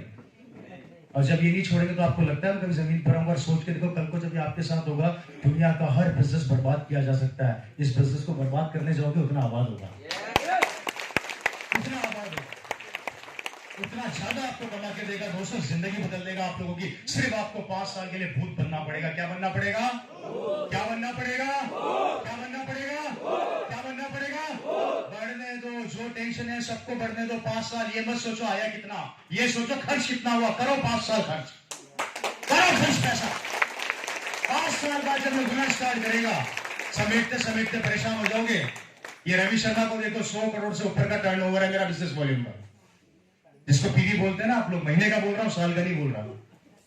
1 तारीख को बिजनेस खुलता है, सुबह 7 बजे टेक्निकल अचीवर, 11 बजे एमरल्ड, 1 बजे रूबी, शाम को 7 बजे स्टार रूबी। उसके बाद देखना ही बंद कर देता हूं भाई, अब देखना ही नहीं। ये 1 दिन का बिजनेस है। 100 करोड़ से ऊपर का टर्नओवर बिजनेस वॉल्यूम के अलावा, अगर डीपी की सॉरी एमआरपी की बात करता हूं, लगभग 200 से 250 करोड़ का टर्नओवर। उसके बाद भी मेरा सपना पूरा नहीं हुआ, मुझे और बड़ा करना है। अभी तो मेरी भूख और बढ़ गई है। 5 से 6 लाख रुपए महीने का जीएसटी भरता हूं मैं।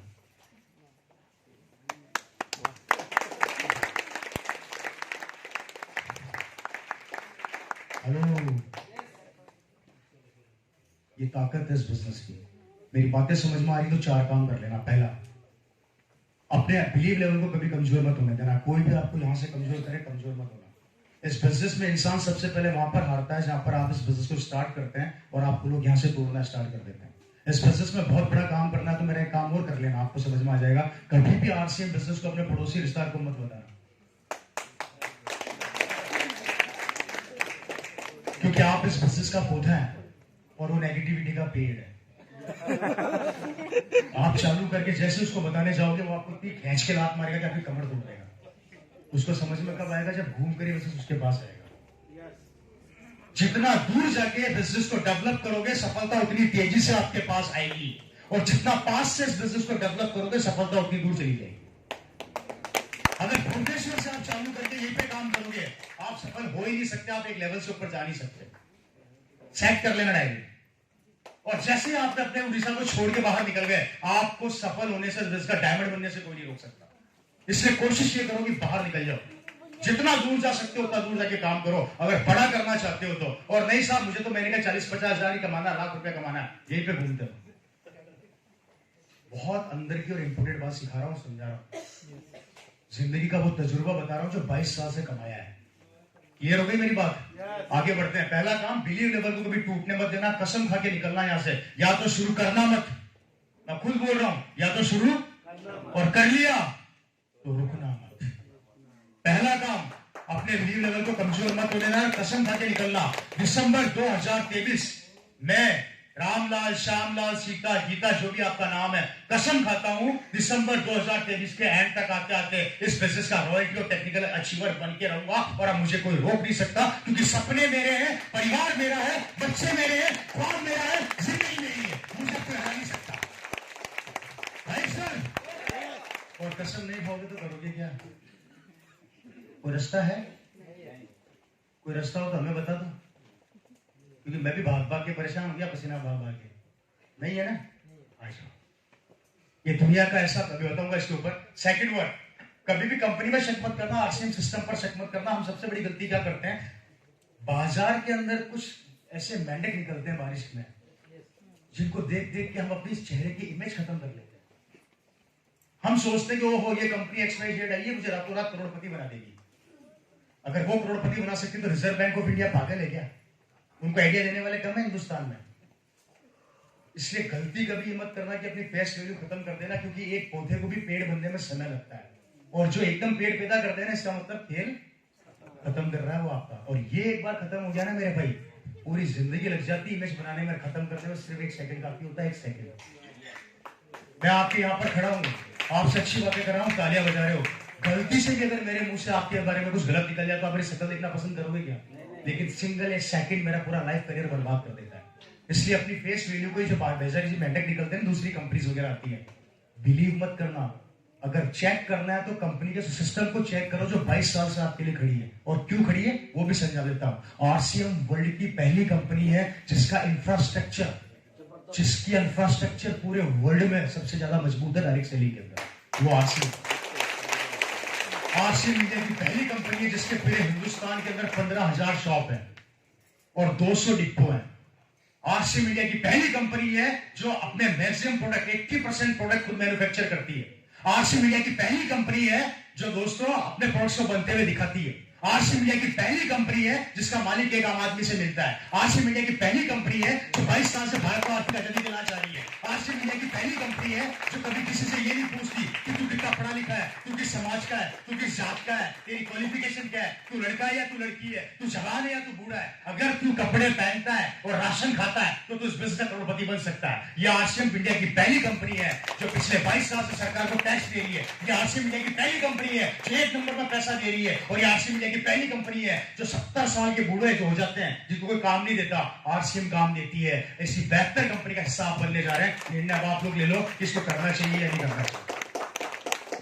इसलिए कभी भी सिस्टम पर शक मत करना। क्लियर हो गया?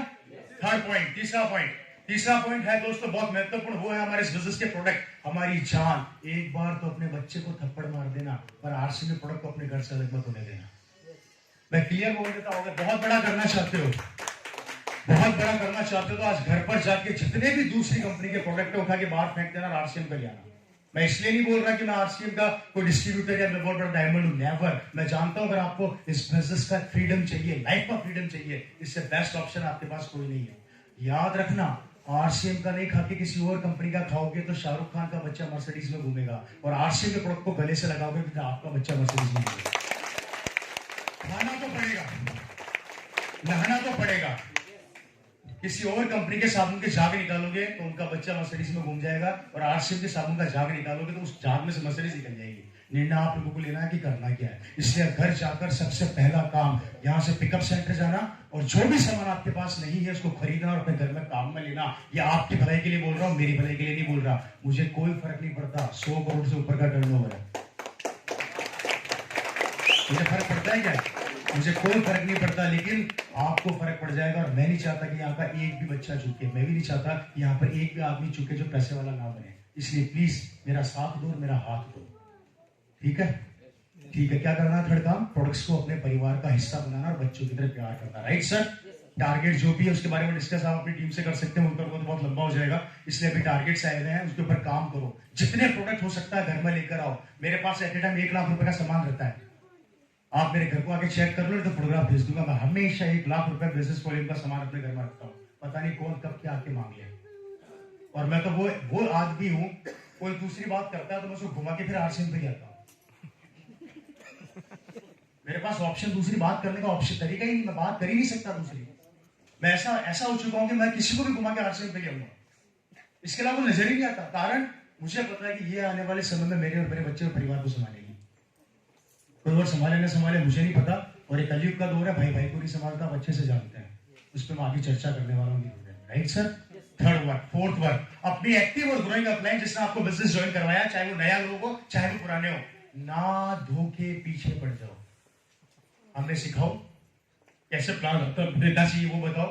मेरी होम मीटिंग में करो, मुझे कॉपी में प्लान देना सिखाओ, मुझे खड़ा होना सिखाओ। जब तक आप मेरे को नहीं ट्रेंड कर देते, जब तक आप मुझे इस बिजनेस का सिपाही नहीं बना देते, मैं चैन से न तो सोने दूंगा और न सोऊंगा।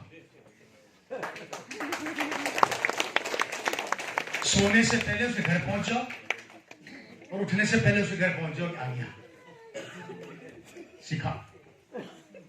नहीं माने तो कपड़े फाड़ दो, कोई बात नहीं, नए कपड़े खरीदने का बिजनेस वॉल्यूम बढ़ेगा, कपड़े फटने से भी पैसे आते हैं। लेकिन जीना आराम कर दो अपनी एक्टिव और अपलाइन। इतना जीना आराम कर दो कि जब तक आप यहाँ पे खड़े होगे खुद बोलना चालू कर दो और दुनिया नहीं बैठना स्टार्ट हो जाए, तब तक मत छोड़ना। उसको सपने में भी आप नजर आनी चाहिए। चमक चमक के उठनी चाहिए रात को आपकी अपने गालियां, है ना, इतना डर बिठा दो। इसलिए अपनी एक्टिव और ग्रोइंग अपलाइन का पीछा मत छोड़ना। इन 4 कामों पे अगर आपने फोकस कर लिया, बिजनेस आपकी जिंदगी बदल देगा। पहला काम कौन सा? खुद का बिलीव लेवल, इस माले को कमजोर मत होने दो। दूसरा काम कंपनी पे बिलीव। तीसरा काम प्रोडक्ट्स को अपने परिवार का हिस्सा बनाओ। और चौथा काम अपनी एक्टिव और ग्रोइंग अपलाइन के पीछे पड़ जाओ। 4 अगर आपने कर लिए, आपकी जिंदगी बदल जाएगी। अब मैं आगे चलता हूँ बहुत जल्दी दोस्तों। ये बिजनेस क्या देता है, किस तरीके से बिजनेस आपकी जिंदगी बदल देता है। कुछ लोग मेरे से बात करते हैं, समय क्या हो गया? ज्यादा समय तो नहीं हो गया? 2:15 हुआ ना? हाँ ठीक है, मेरा समय सही चल रहा है। 15 मिनट में मेरा चैनल है, बात और खत्म कर दूंगा। ये बिजनेस क्या देता है? मेरे को कई लोग करोड़पति मिलते हैं सर, मेरे को बोलते हैं कि हम बहुत करोड़पति हैं। कई लोगों के दिमाग में गलतफहमी पल रही है। हिंदुस्तान में घूमता हूं, कई लोग मेरे को मिलते हैं कि मैं तो पैसे वाला आदमी हूं, मैं आरसीएम करूंगा क्या? यहां पर भी कुछ लोग ऐसे बैठे होंगे, माफी चाहता हूं कि इसका नाम नहीं ले रहा। हो सकता है आप में से कोई 10 करोड़ का मालिक हो, 5 करोड़ का मालिक हो सकता है आपका धंधा बहुत अच्छा सेट हो सकता है आप बहुत अच्छा कमा रहे हो, आप यहां से टेंशन फ्री हो। मुझे भी ऐसे लोग मिलते हैं कि वो ये बोलते हैं कि हम बहुत करोड़पति हैं साहब, हम हल्दी धनिया बेचेंगे क्या? हम लोगों को जाके आरसीएम बताएंगे क्या? हम I am a doctor, I am a engineer, I am a ढीम का ढमका, आई एम ए बहुत बड़ा बिजनेसमैन, मैं आरसीएम बताऊंगा क्या? गलत फहमी दिमाग से निकाल देना। इससे बेहतरीन धंधा अगर कोई ढूंढ के ला दो तो मान जाऊंगा मैं, और अभी साबित करता हूं।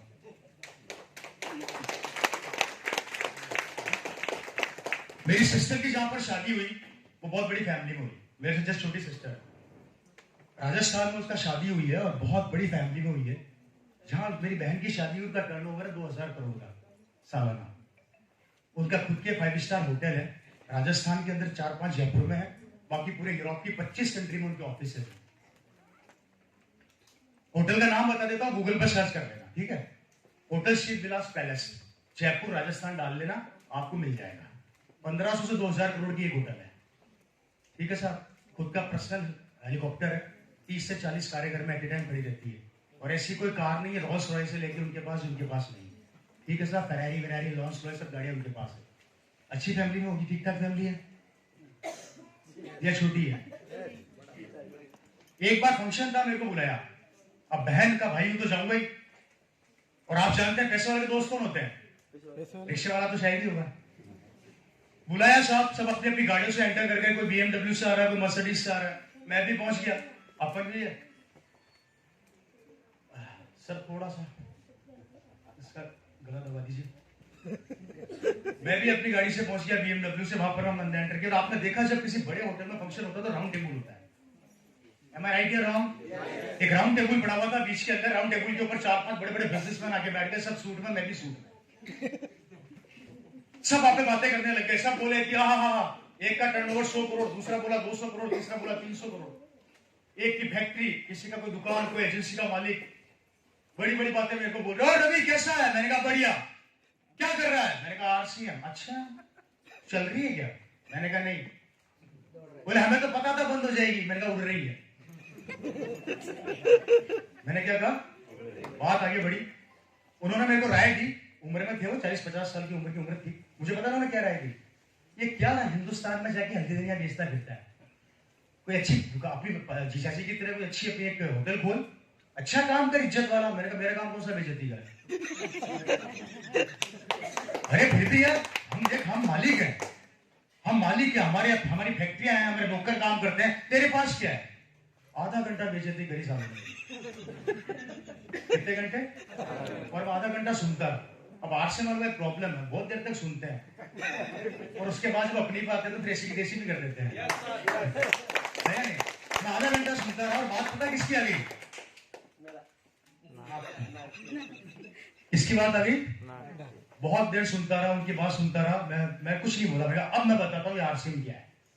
तुम करोड़पति हो ना सारे, 100 करोड़, 200 करोड़, 400 करोड़, बड़ी बड़ी बातें कर रहे हो। अभी मैं बताता हूँ मैं कौन हूँ। कौन देना मेरा? ऐसा एक फोन सबके हाथ में था, ठीक है साहब? राउंड टेबल पे पड़े थे सबके फोन, ठीक है साहब? मैंने कुछ नहीं किया। एक आदमी को बाहर से आवाज लगी, भाई जरा। वो आया, मैंने कहा हम सबके फोन उठा के ले जा।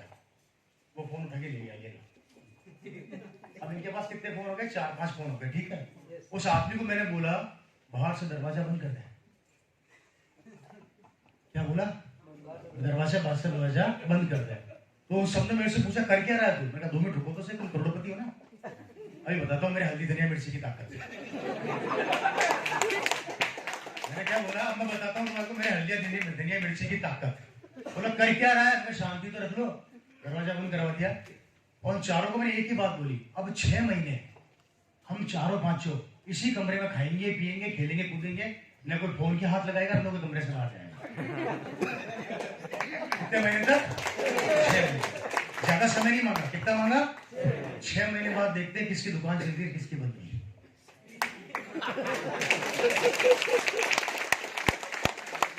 6 महीने बाद देखते हैं किसकी दुकान चल रही है और किसकी। वो बोले तेरा दिमाग खराब हो गया है, अगर हम बात नहीं करेंगे तुम्हारी फैक्ट्री कौन संभालेगा? माल कौन भेजेगा? माल भेजना है, मजदूरी देनी है, माल खरीदना होता है, ये काम कौन करेगा अगर हम फोन के हाथ में लगाएंगे तो? मैंने कहा मैं भी तो हाथ नहीं लगा रहा।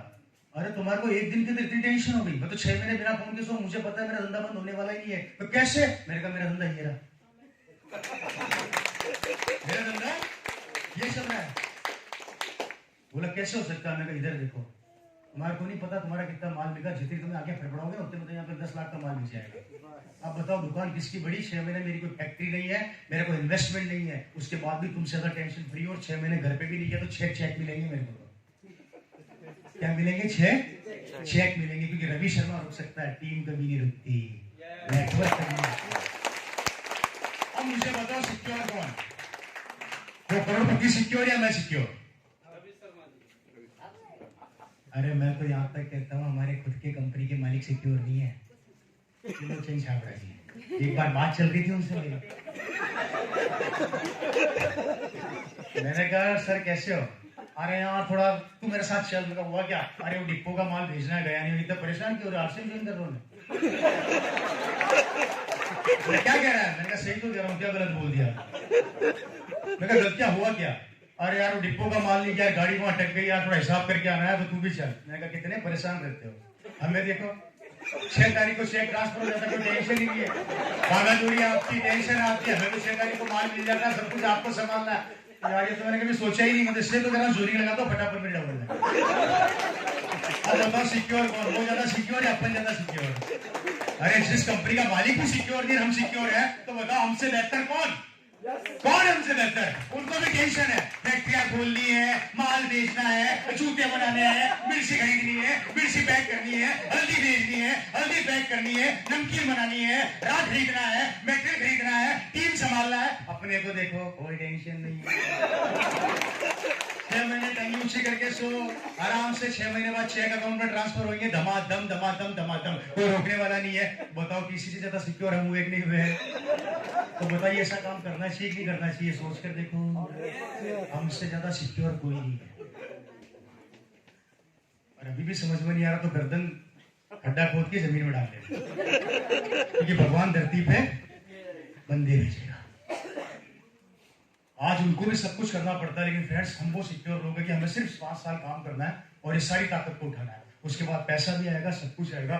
ये सिक्योरिटी ये बिजनेस देता है, इससे बेहतर धंधा कोई हो तो हमें बता दो, और नहीं है तो याद रखना कोरोना वायरस जैसे वायरस फिर तैयार है। मार्च 2020 के अंदर एक वायरस हमारे हिंदुस्तान में घुमा। आपको बताता हूं मैं, एक्चुअली उससे पहले एक चीज बताता हूं। आपको पता है नेटवर्किंग की ताकत क्या है? इस पूरे हिंदुस्तान में 2 लोग नेटवर्क बना रहे हैं सर, पहला तो आरसीएम और दूसरा कोरोना। सही कह रहा हूं गलत? आरसीएम का डिस्ट्रीब्यूटर बोलता है आप मेरे गले लग जा, मैं तेरा हो जाऊंगा, और कोरोना का पेशेंट क्या बोलता है? आप मेरे गले लग जा, मैं भी तेरा हो जाऊंगा। अगर इस कमरे में कोरोना वायरस का पेशेंट बैठा है, दरवाजा बंद करता हूं, सबका गेम हो जाएगा। सही कह रहा हूं नहीं कह रहा?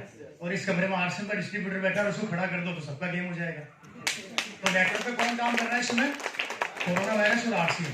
जिस नेटवर्क को समझाते समझाते हमें 22 साल हो गए, कोरोना वायरस ने 2 साल में समझा दिया हमें क्या चाहिए। समझ रहे हो? ट्रेनें रोक दी, हवाई जहाज रोक दिए, घरों को बर्बाद कर दिया। 2 साल तक हम घर में कैद हो गए, सड़क के कुत्ते जानवर कंफ्यूज, इंसान कहां चले गए? सही कह रहा हूं गलत कह रहा हूं? मामला पूरा गड़बड़ा गया, कई लोग मर गए, नौकरियां चली गई, धंधे चौपट हो गए। 2 साल के नेटवर्क जो चाइना से स्टार्ट हुआ अभी भी रुकने का नाम नहीं ले रहा। ये है नेटवर्क की ताकत। हवाई जहाज सॉरी ट्रेन जैसी चीज वर्ल्ड वॉर में नहीं रुकी, लेकिन इस कोरोना वायरस ने रोक दी। बनाया क्या इसने? नेटवर्क क्या बनाया इसने? नेटवर्क 1 दूनी 2 2 दूनी 4 ही तो किया। हम भी तो वही बोलते हैं 2 दूनी 4 4 दूनी 8 करना है। उसने भी वही किया 2 दूनी 4 4 दूनी 8। उसने 2 साल में सब बर्बाद कर दिया। हम 22 साल से सिखा रहे हैं, समझ में नहीं आ रही। अब तो समझ जाओ, अब तो समझ जाओ, कोरोना से तो समझ जाओ कि नेटवर्क की ताकत क्या है। जहां पर कोरोना वायरस ने सब कुछ बर्बाद कर दिया, वहां पे 2 साल के आरसीएम के नेटवर्क ने एक भी इंसान की इनकम को नहीं रोका, एक भी आदमी के इंसेंटिव को नहीं रोका। जहां पर पूरे हिंदुस्तान की सरकारें हिल गई, गवर्नमेंट सर्वेंट की सैलरियां आधी कर दी गई, कई लोगों को नौकरी से निकाल दिया गया, कई लोगों को बर्बाद कर दिया गया। अरे यहां तक कि भाई, क्या भाई अगर कोरोना से मर गया तो उसको देखने नहीं जा सकता, उसको आग नहीं लगा सकता। लेकिन आरसीएम का डिस्ट्रीब्यूटर से मैं हंस रहा था, मेरी पूरी कॉलोनी कोरोना वायरस में रो रही थी, मैं अकेला छत पे खड़ा उनकी जोर जोर से हंस रहा था। वो पागल हो गया। मैंने कहा पागल तुम हो गए हो, तुम अब इनकम के लिए रो रहे हो और यहाँ पर इनकम नॉन स्टॉप आ रही है। इस कोरोना वायरस जैसे वायरस ने फिर अगर हिंदुस्तान के अंदर कदम रख दिया और अपने साथ अपने भाई बहन और लेके आ गया, क्या करोगे? और अगर हलचल हो रही है, हलचल हो रही है, अगर कोरोना के साथ सोरोना और लोरोना भी आ गए तो अब मौका नहीं मिलेगा संभलने का। और अगर संभलना है तो ये कंपनी है जो आपको संभालेगी, बचा के डिसीजन आप लोगों को लेना है, निर्णय आप लोगों को लेना है। सोच लो, ऐसे वायरस और गरीबी जैसे वायरस, टेंशन जैसे वायरस, बेरोजगारी जैसे वायरस, सिक्योरिटी जैसी लाइफस्टाइल, एक शानदार जिंदगी, हंसते हुए चेहरे, आने वाली पीढ़ी को सिक्योर करना है और बिना पैसे का धंधा करना है, तो हम आपका इंतजार कर रहे हैं। हम आपका इंतजार कर रहे हैं। खोने के लिए कुछ नहीं है, पाने के लिए बहुत कुछ है। जिंदगी बदल के रख देगा मात्र 5 साल का डिसीजन। आपको कोई इन्वेस्टमेंट नहीं करना, हमारे को मात्र दुकान बदलनी है और हल्दी धनिया मिर्ची खाना है। जो बाजार से खाते आ रहे हो वही करना है और लग जाओ पागलों की तरह।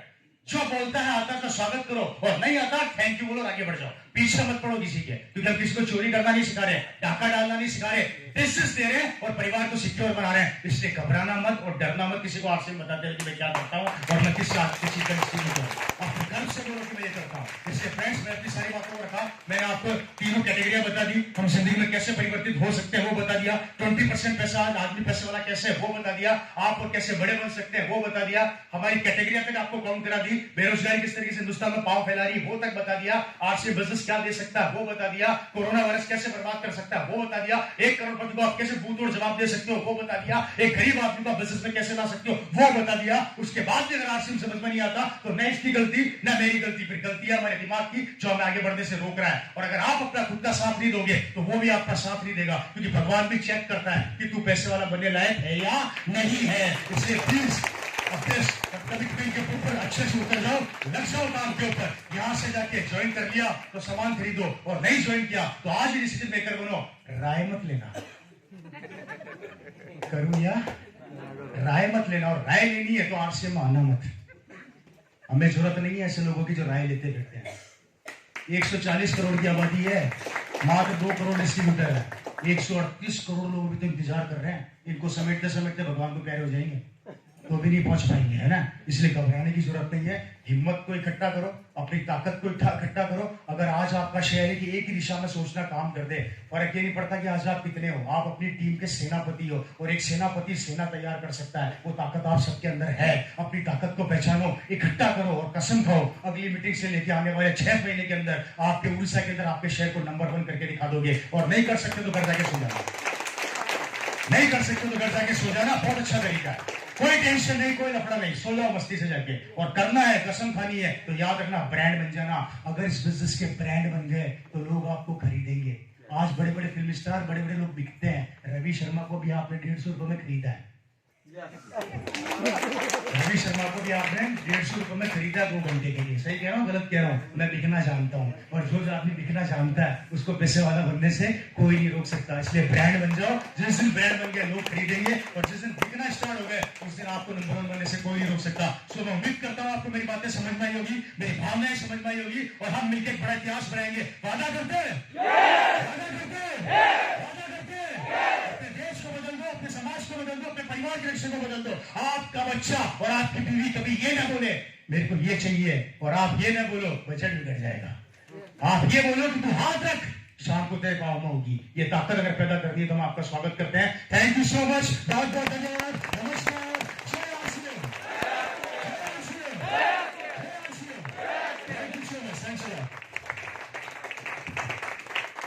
सर, साहब के लिए एक जोरदार ताली।